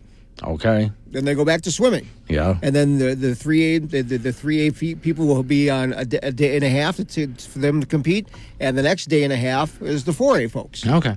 See, now sometimes things like this really surprise me. Like the number of people that I have met in Wyoming, which of course is like almost center of the country here, and yet they join the Navy in large number. Mm-hmm. I guess they want to see some water. The number of people that really do well in swimming in Wyoming, and we don't have much for water here. Oh, no. You look at Lander. Yeah. They have a long, long history of excellent swimmers. Boys and girls, especially for the boys. It's incredible. I mean, there are some, since there's not a lot of pools, you're limited in a way. Yeah. Like Sublette County, they have a team, but it's kind of like Big Piney and Pinedale combined, and Cheyenne East has a pool, but and Kelly Walsh and now Natrona has their own pool. It used to be that the Natrona kids practiced over at Kelly Walsh. Oh, okay. As long as you participate, I'll tell you this about the girls' state swim meets: bring your earplugs. Oh, really? Is it loud in there? Oh, boy. Okay. Yeah, well, those rooms are not exactly soundproof. And it echoes. You know, I mean, yeah. You thought the volleyball was loud. Oh, my Lord, I can imagine, yeah. All righty, the State High School Volleyball Tournament begins today at the Ford Center in Casper. The number one seed from the East and the defending champion is Laramie. They've played 31 matches this year and they've won 30 of them. They will play at 6 p.m. tonight against Natrona. The number one seed from the West is Kelly Walsh. They are 29-3, and they will start things off at 1 p.m. taking on 18-16 Cheyenne East. Thunder Basin is a good team as well. They will play Star Valley at 2:30, and Green River and Sheridan meet at 4:30. Both of those teams won 20 matches so far this season. Over in 3A, it looks to be some pretty interesting games in that group. First of all, that Douglas and Cody are both the number one seeds there and the Cody's from the West, and they have a record of 27-5. They'll play Rollins at 1 p.m. today, and Douglas is 32-4, and they will take on Lovell at 6:30 tonight. Also, Wheatland plays Pinedale at 2:30, and Powell plays Torrington at 4:30. All four of those teams won 20 or more matches this year. In 2A, Bighorn's the defending champion, and they're 22-9. They'll play Big Pine at 6 p.m. And Tongue River, their neighbor over there, they're pretty good too, and they're 24-4. They'll meet Shoshone at 2:30. The first game in 2A at 1 p.m. will have Rocky Mountain against Sundance, and then Thermopolis will play Pine Bluffs at 4:30. Pine Bluffs with 23 wins this year. And in 1A, very, very, very competitive. All 8 teams have won 20 or more matches this year. Little Snake River will take on Lusk at 1 p.m. Little Snake River with 29 wins, Lusk with 21. Upton with 23 wins will play 21-win Encampment at 2:30. 21-win Cokeville, who is the defending champion, by the way, will take on Lingle Fort Laramie at 4:30. And Lingle has 23 wins and 7 losses. And at 6 p.m. be the late game. Number one seed from the East, the Southeast, they are 26-4, and they'll take on Riverside, who comes in at 23-10. The semifinals and the consolation round will be tomorrow at the Ford Center, and the championship matches will be on Saturday. Junior college volleyball, the Region 9 tournament is in Cheyenne, hosted by LCCC, and L-Trip beat NJC yesterday in that opening round, and then L-Trip was the number 4 seed. They beat NJC 15-25, 18-25, 25-20, 25-22, and 15-13. So L-CCC will play Western Wyoming at 4:30 in the winners bracket. Central Wyoming and Eastern Wyoming will play each other at 7:30 in the winners bracket. Eastern Wyoming a number one seed, and they're really, really good. So that's it in sports. See, all I had to do is pay attention to one thing this week, an election. Yeah, I didn't pay any attention. You're doing all of that. Well, I didn't pay attention to anything you do. And I don't pay attention to anything you do. Yeah, so it works both ways, Frank. Yeah, okay. There's a connection there. There is somewhere along the way. All right, thanks. Coming up on some local business we have to take care of. We're going to roll into news time after that. National local update on the weather forecast. Oh, and leftist day. I know you want to hear some more leftist meltdowns. I've got some for you, plus some other things to talk about. It's Wake Up Wyoming.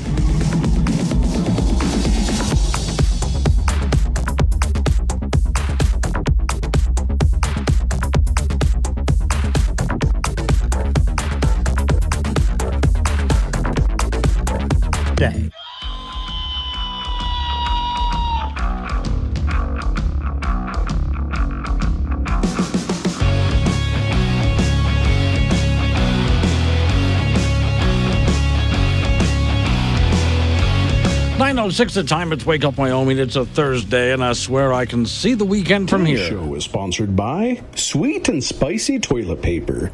Because life is, well, you need... Don't even... I mean, life needs... Okay, I don't know why you would need this. The only reason I see that you would possibly need this, possibly, is as a gag gift. Oh, my Lord, I'm sorry. Okay, Miss Mary just let me know I had 2 callers lined up. 2 people just called in, and they were lined up and ready to go. And for some reason, you both dropped off. And I really wanted to talk to you guys because you had some good topics coming up. So if you were the ones who called, and there were 2 on the line, and you were on hold for just a minute or so, call back, and we'll see if we can go ahead and get you in. 888-97 Woods the phone number. That's 888-97-WOODS. Meantime, now I got to be careful about some of these. We're going to go to Young America. Now, as you know, Young America right now is still on TikTok. And there are people here. This is really sad. There's a picture here of a young woman consoling her boyfriend as he cries because Kamala Harris lost and Trump won. That's sad.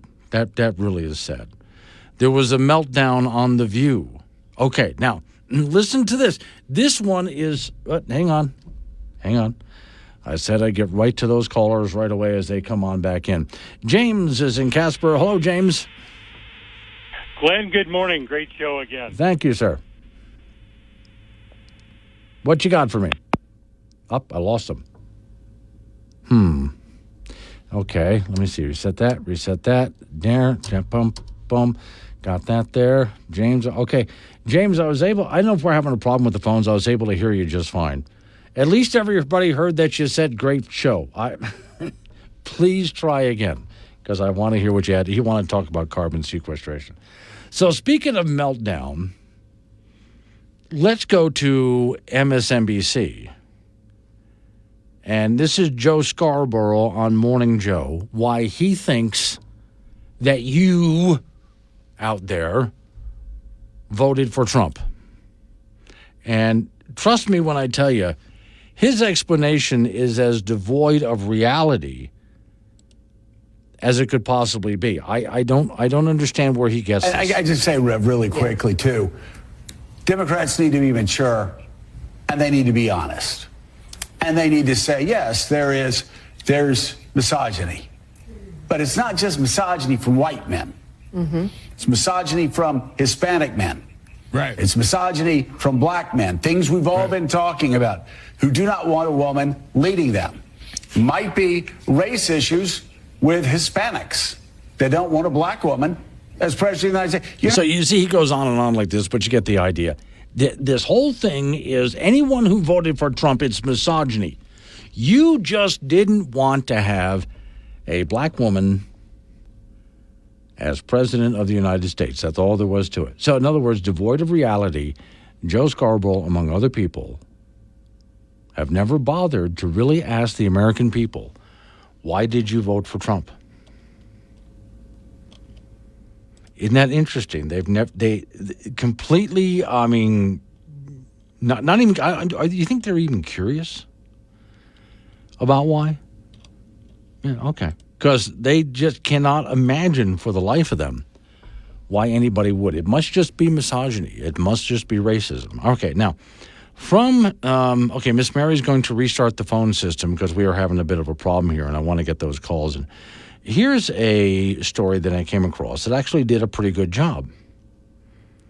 Why and did Trump win? I would like to send this to Joe Scarborough and others. 1, media distortion. Where all those on the left see Trump's many failings, those on the right see, things he got done that they would like him to finish doing. According to the line argument, the left's leaning media dissects Trump's every word and often distorts it. And the right is getting more and more irritated by that. Media distortion, lying about what Trump has said. Like saying that he wants Liz Cheney shot in the face, which he never said that. Saying that he wants to take over as a dictator, which he never said that. And the list goes on. 2, bread on my table, money in the bank. Are you better off than you were 4 years ago? It's a question that worked for Ronald Reagan and it worked for Donald Trump. The story says for many voters, the answer to Ronald Reagan's famous question is clear. No, we are not better off. And as much as, once again, the news media being out of touch, as you watch people in news media saying, but the economy is great. We're not having a problem with inflation. Really? That's what the numbers tell you, but have you been out here? And no, you haven't. You sit in your New York City office and studio and you read numbers, but you haven't come out here to experience it or ask people who live out here what it's like. So once again, completely out of touch. The border invasion, another reason Americans want to vote for Trump and did. Like inflation, number of the people illegally crossing the border has ballooned, to put it mildly, and caused a lot of trouble in many states.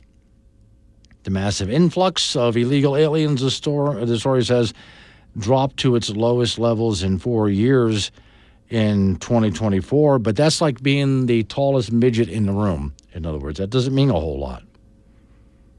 This has been an invasion over our border, and people are feeling it.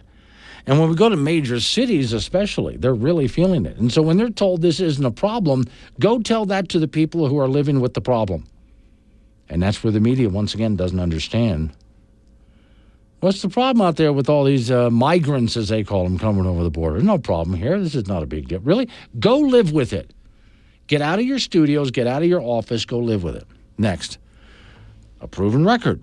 Some of Trump's voters simply compare the record of Trump versus Biden, and there you go. That goes back to, are you better off than you were 4 years ago? All right. The other one, they call this the MAGA bull in the China shop, while some of Harris supporters lament Trump's destruction of democracy and dependency on politics and et cetera, et cetera. Trump voters see a characteristic MAGA bull in the China shop, and they want him to be a fighter. To get into the China shop being government and the bureaucracy and rip things apart. Make a mess out of it and reorganize it into something that actually works. Yes, they like the idea that Trump is the bull in the China shop. And I look at that as, I looked at the article and I thought, that's right, that's some legitimate reasons. But I even think that there's many people who voted for Trump because, just like there's people who voted for Harris because Harris wasn't Trump. They don't know anything about Harris. They don't know, probably don't even like her that much. But she's not Trump, so they voted for Harris because anybody, a bag of hammers would have been better than Trump. Well, there's also people who I don't think they necessarily voted for Trump. They've just had enough of the current administration. They want it gone. Status quo isn't working. Time for a change. Well, what's the change out there? Well, that would be Trump. But hang on. I promised you guys a whole list of, and I got audio from leftist meltdowns, and I'll get that to you. Well Whisperer in Platte Rapids, don't ask questions you don't want to know the answer to. Yeah, got a point there. If I manage to make it through this week, I would like my straitjacket to be black leather and my helmet to sparkle. Thank you. Honestly, he's just happy to be here. Catch Glenn Woods on Wake Up Wyoming, weekdays at 6 on air, on Alexa, and on the Wake Up Wyoming app. 9:20 is the time. It's Wake Up Wyoming. Okay, so Dave in Torrington, one of the good Daves. Hey, Glenn, how about playing the bit about leaving a message for this various mental conditions might help with those election loss syndromes? Are you talking about this one here? Hello and welcome to the Mental Health Hotline. If you are obsessive compulsive, press 1 repeatedly. If you are codependent, ask someone to press 2 for you. If you have multiple personalities, press 3, 4, 5, 6. If you are paranoid, we know what you are and what you want. Well, that image is going to stick with you all day. Okay, there's also, let me see, there's several people out there sending me notes. Chet and Yoder, and we thought it was over yesterday morning. Wish I knew better. Oh, the meltdown just continues here. Scott and Shawnee, why does the media always feel like they're the ones that get to decide why the voters vote the way they did? I agree with you when you said just ask people, but it would require actually, getting up, getting out of their damn office, getting out of their damn studio, going out there and finding out what American people are really all about. Donna's in Douglas. Wonder if old Joe on MSNBC would vote for Condoleezza Rice or Candace Owens. Oh, great question, Don. No, we just heard from Joe Scarborough. If you voted for Trump, I don't care if you're Hispanic or black or white or whatever, you just don't want to see a black woman in office. That's what he said. Okay, Condoleezza Rice runs. Candace Owens runs. You going to vote for that? No. Well, Joe, by your own standard. Yeah. Now, by the way, Al Gore is sorry, I shouldn't laugh at this, but, Al Gore is depressed by Trump's victory. All major reform efforts for civil rights and the climate movement will suffer dark days. Oh, God. And, okay, he wrote a letter. Hang on, he wrote a letter. Dear Mark, he's writing to some guy named Mark.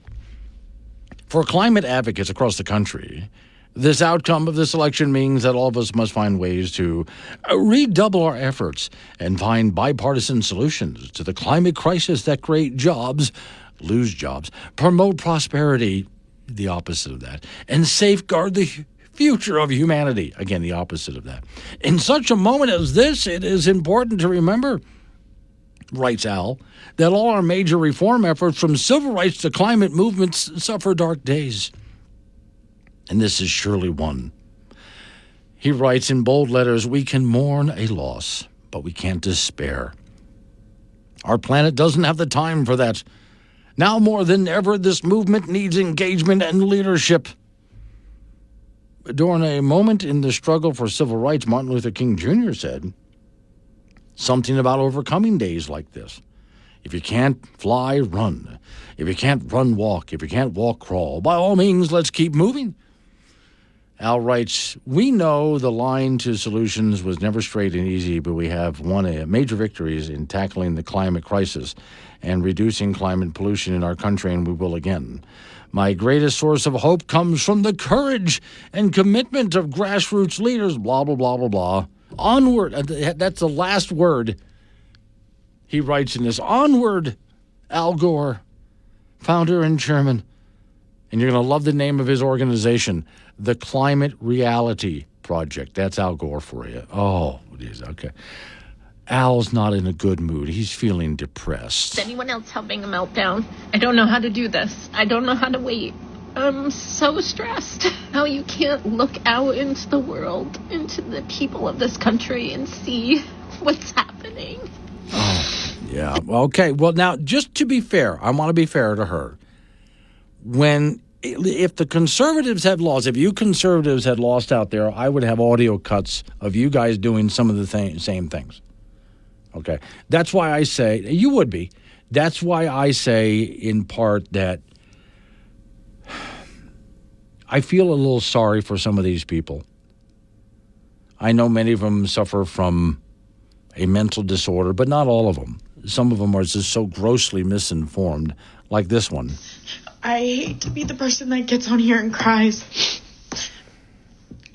but this could break me and my parents apart because they just don't understand what they voted for and what it means and the bigotry and hatred that they stand behind. So she is all upset because her parents voted for Trump and they just don't understand. Oh, my Lord, that poor woman. But again, there's a world that she lives in. There's a reality that she lives in. And it's just being shattered right now. And that causes a meltdown. This is why, I do think, not all of them, but some of these people we can save. But some of them, again, there's a mental disorder at work here, like this one. For the astrology girlies, I just want to know, I have been studying Kamala's charts, and it looks like she is not only going to win, but she is going to be winning a second term. The next 8 years in her chart look really, really strong. Trump's, not so much. Okay, so I was wrong. A lot of astrologers were wrong. A lot of us were wrong. But if you think that right now is the time to tell me that you don't believe in astrology, who gives a about astrology? Okay, so hang on. Let me go back up and do that. I'm glad they bleeped that because I was ready on the dump button there. So this is a young lady who believes herself to be an astrologer. And she was studying Kamala Harris's charts. And the chart says that Kamala Harris will be president for 8 years. That's what the chart said. Now, her and other friends of hers and other people that she knows who are also astrologers all came up with the same solution. And they were all wrong. So her answer is, and you're going to tell me, though, that you don't believe in astrology now? Yes, I am, as a matter of fact. And this is what I mean by there's a bit of a disconnect here with reality, to be mild about it. Someone needs to just turn to her and say, enough with this astrology nonsense. Obviously, it doesn't work. I will make it my life's mission, my dying wish, that none of you weirdos can hide. in the future. You can't Really? lie to your kids. You can't lie to your grandkids about, it was so confusing. It was hard to see the truth. He was so convincing. Right. I will not let you get away with that. Okay. So she's going to be on your case. That young lady's going to be on your case. As things start to fall apart under Trump, she's going to be reminding you. Well, if things start to work under Trump, I want you to remind her. Now, I got to watch out for this one. She might cuss. What is wrong with you? Okay, there you go. Now, I can play more of that, but let me just do that again if I could, please. One more time. What is wrong with you? For voting for Trump. And then she's freaking out. I can't do this anymore. I'm literally sick. I'm literally sick to my stomach. What has happened to America? What has happened to democracy? What has happened? Wait a second. That's one that always gets me. What has happened to democracy? You just witnessed it. It just didn't go your way. You just witnessed it. A landslide. This is what the American people want. And if you don't like it, well, okay, then you don't have to like it. And you're allowed to complain because you're in America where you're free to do that. But for those who are saying, what happened to democracy? It worked is what happened. Local news coming your way. Update on your weather forecast. Open phones. Wake Up Wyoming.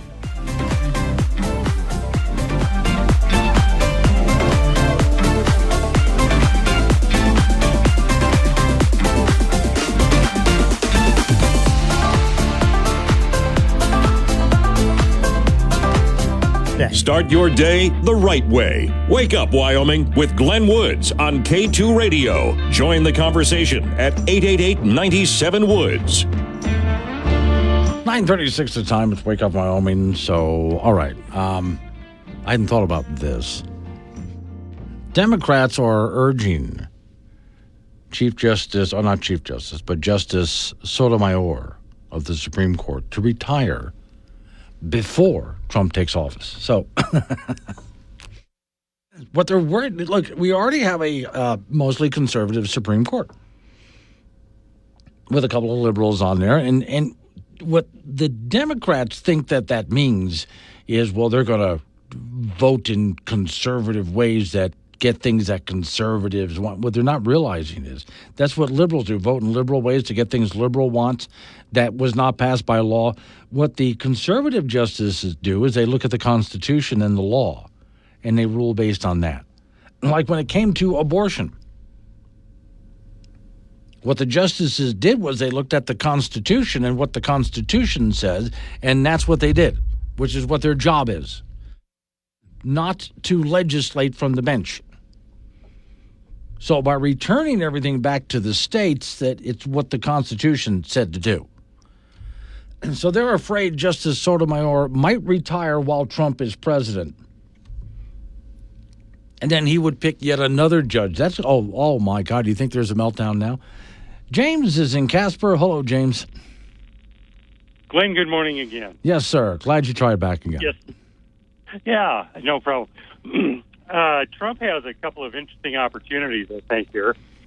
One is to take a really strong look at the Federal Office of Personnel Management, which does the hiring and retirement for federal employees, and hopefully get that revamped, maybe with some help from Elon, and make it a little bit easier to get rid of non-productive federal employees, because I think we have a huge surplus in that area.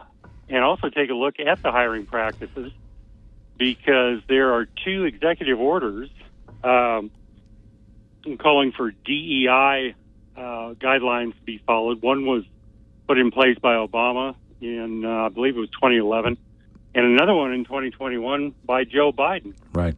And I think the defeat of Kamala is the most dramatic example of the failure of DEI. So yeah. I really don't think we need that.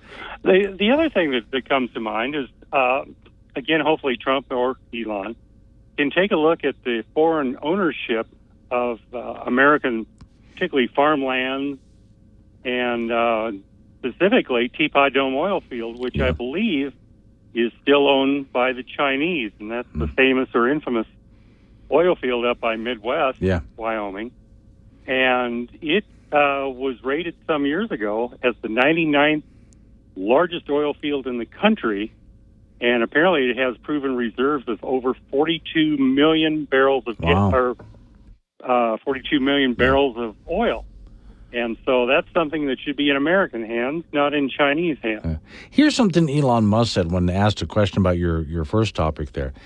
If he ends up being an efficiency czar for Trump, first thing he wanted to do was take a look at if there's a agency, or for that matter, an individual in the bureaucracy who is wasting money.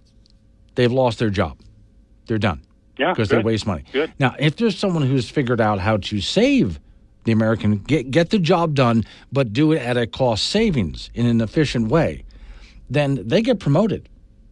They get to work their way up the ladder, which is the reason Elon Musk gets so much done, because that's the way he thinks about his business.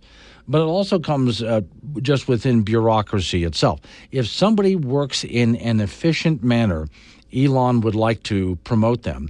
If they are heavily bureaucratic and inefficient, and they keep on making more inefficiencies, adding to it, then again, he's just going to get rid of them, because obviously they don't know how to get things done. They just make everything more complicated. Now, that's what he does with his companies, Elon. So let him do that with the bureaucracy. And I think the first thing that you were talking about there, we can achieve it in a very short period of time by getting rid of a lot of people that need to be fired.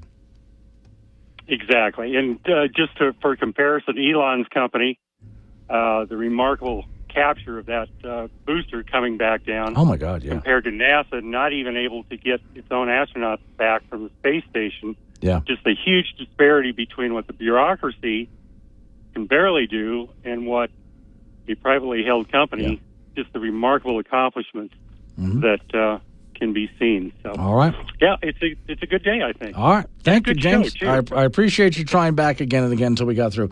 So that's one thing I did notice when Elon Musk first started coming around with SpaceX. I noticed that NASA was sending our astronauts to Russia to hitch a ride to the space station. Because despite all the money we give them, they have become so bureaucratic they couldn't even launch a damn rocket. All the money we give NASA, they couldn't even launch a damn rocket. Elon Musk comes around, not only is launching rockets day after day, I mean, literally day after day he's launching rockets, but he's making a massive profit doing it. And the process keeps getting more and more and more efficient, which is why Trump said to Elon, and I hope this works out, I really do, how would you like to do that, since you're so efficient at getting things done, how would you like to do that to the bureaucracy? Make it that efficient. That would save us a ton of time and money. So I have hopes for that. Let's see what happens. There's a lot that's going to happen that we're not going to like, but let's see what happens. Now, Tim is in Casper. Hello, Tim. That woman that I played there, what is wrong? What is wrong with democracy? That was electing Trump is democracy working. But anyway, Tim says she's complaining about democracy. How did Kamala get the presidential nomination from the Democrat Party? Yeah. Well, no, perfectly, absolutely true. She did not get it through a democratic process. She was told, the Democrats basically were told, here's your nominee. So Biden's done, here's your nominee. That they were told that. They were not given a choice through a process where they were allowed to vote for anything. 9:43 is the time. It's Wake Up Wyoming. The best talk show host in the state, within his price range. Tune in to Wake Up Wyoming with Glenn Woods, weekdays at 6. 9:48 is the time. It's Wake Up Wyoming. Off we go to the icebox. Frank Campino's waiting. All right, Frank, I didn't know about this. It suddenly popped up in my social media feed, so I have to ask you about it. Okay. Women's Professional Baseball League. I never heard of it. It's ready to go, but they need to find players, according to the story that I have. That would be helpful. That would be, yeah. So is this something like a League of Their Own kind of a thing? Like except no crying. No crying in baseball. Remember that. Yeah, no crying in baseball. Yeah. The story says, NBC News, been nearly 7 decades since women in the U.S. have had a hard league of their own. Notice the league of their own. The December 2026 organizers of the newly announced Women's Pro Baseball League, WPBL, which sounds like a beer. Yeah. Hope to have 6 teams of women in caps and cleats competing on diamonds. Let's see, the explosive growth of women's college and pro basketball, along now with a decades-long popularity of women's soccer, played into the. Well, I can see that. This is what they should do. I mean, if they're going to go to something like that, don't play regular baseball. Play softball.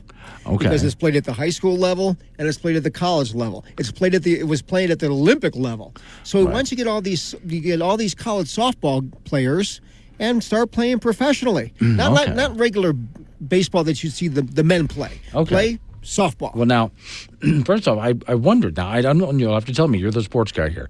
Are people as interested in softball as they are in baseball? Depending on where you are, yes. Okay. Depending on where you are. Yeah. Are you going to get 60,000 people? Probably not. Yeah, right. But there's many, many, many universities and colleges that play. Right. There's many, many high schools that play, more and more. Professional softball might work in some locales. Right. Now, the next thing that I wondered about was, so when they go out to play, is the diamond the same size? No, it's smaller. Yeah, because even they do have, they have women's football, but those are the women who wear the skimpy outfits. Oh yeah, like the lingerie bowl. Yes, so basically, and it's a much smaller field out there. What about basketball? Is that the same size court? Well, sometimes I think they may be thinking about starting for the women a 3-on-3 league. 3 players against 3 players. Playing on a half court. Yeah. That and if they can get some big names to play that. Yeah. Okay. Yeah. If there's money in it, go. Oh, of course. High school volleyball in Casper today. It's day number 1 of the state tournament. In 4A, Laramie is the number 1 seed. They have a record of 30-1, and they will play at 6 p.m. tonight against Natrona, who comes in at 13-19. The other number 1 seed is in 4A is Kelly Walsh, and they have a record of 29-3, and they will take on Cheyenne East at 1 p.m., and East comes in at 18-16. Thunder Basin at 23-5 will play Star Valley at 2:30. Star Valley is 17-18, and Green River will take on Sheridan at 4:30. Green River has 20 wins and 10 losses, and Sheridan with 20 wins and 13 losses. In 3A, the number 1 seed from the West is Cody at 27-5. They'll take on Rawlins this afternoon at 1 p.m. Rawlins is 9-22, and the other number 1 seed is Douglas at 32-4. They'll play Lovell, who comes in at 14-15. That'll be at 6:30 tonight. In the other 2 first-round games in 3A, Wheatland at 26-7 will play Pinedale at 2:30, and Pinedale is 21-13. Powell at 26-7 will take on Torrington at 4:30, and Torrington is 21-14. In 2A, Bighorn is the defending champion, and they are a number 1 seed from the East, and they will draw right off the bat here a Big Piney at 6 p.m. tonight. The other number 1 seed in Class 2A is Rocky Mountain, and they are 16-14. They'll play Sundance at 1 p.m., and Sundance is 17-16. Tongue River, a 2 seed from the East, they're very, very good, and they'll play Shoshone at 2:30 this afternoon, and Shoshone comes in at 12-19. Thermopolis at 14-16 plays 23-7 Pine Bluffs at 4:30. Finally, in 1A, all 8 of the teams have 20 wins or more. Little Snake River will take on Lusk at 1 p.m. Little Snake with a record of 29-4, and Lusk is 21-15. Upton at 23-9 will play 21-9 in Campbell at 2:30. Defending champion Copeville at 21-10 plays Lingo Fort Laramie at 4:30, and the Doggers are 23-7. And the number 1 seed from the East is Southeast at 26-4, and they will play Riverside at 6 p.m. And Riverside comes in at 23-10. The semifinals and the consolation round will be tomorrow. The championship matches will be on Saturday at 4:30 at the Ford Center. One women's league, I just thought of this seconds ago, that's very successful is women's golf. Oh, yeah. Hugely successful. And they can play. Yes, and men like to go too, especially because many of the women golfers are just so pretty. But men love to go see women's golf, just like they like to see men's golf too. It's a very successful league. Yeah, they have a tournament at a friend of mine's club in Florida, and they marshal. It's like a women's LPGA, like a qualifier. Okay. He says it's phenomenal. All right. All right. Thank you, Frank. It's been a good day. Coming up on some local business we have to take care of. We're going to roll into news time after that. I'm down to Cheyenne, Wyoming, where I'm helping to host Thankful Thursday with Alf. I hope you join me there for that tonight, starting at 6 o'clock, actually 4 o'clock. Wake Up Wyoming.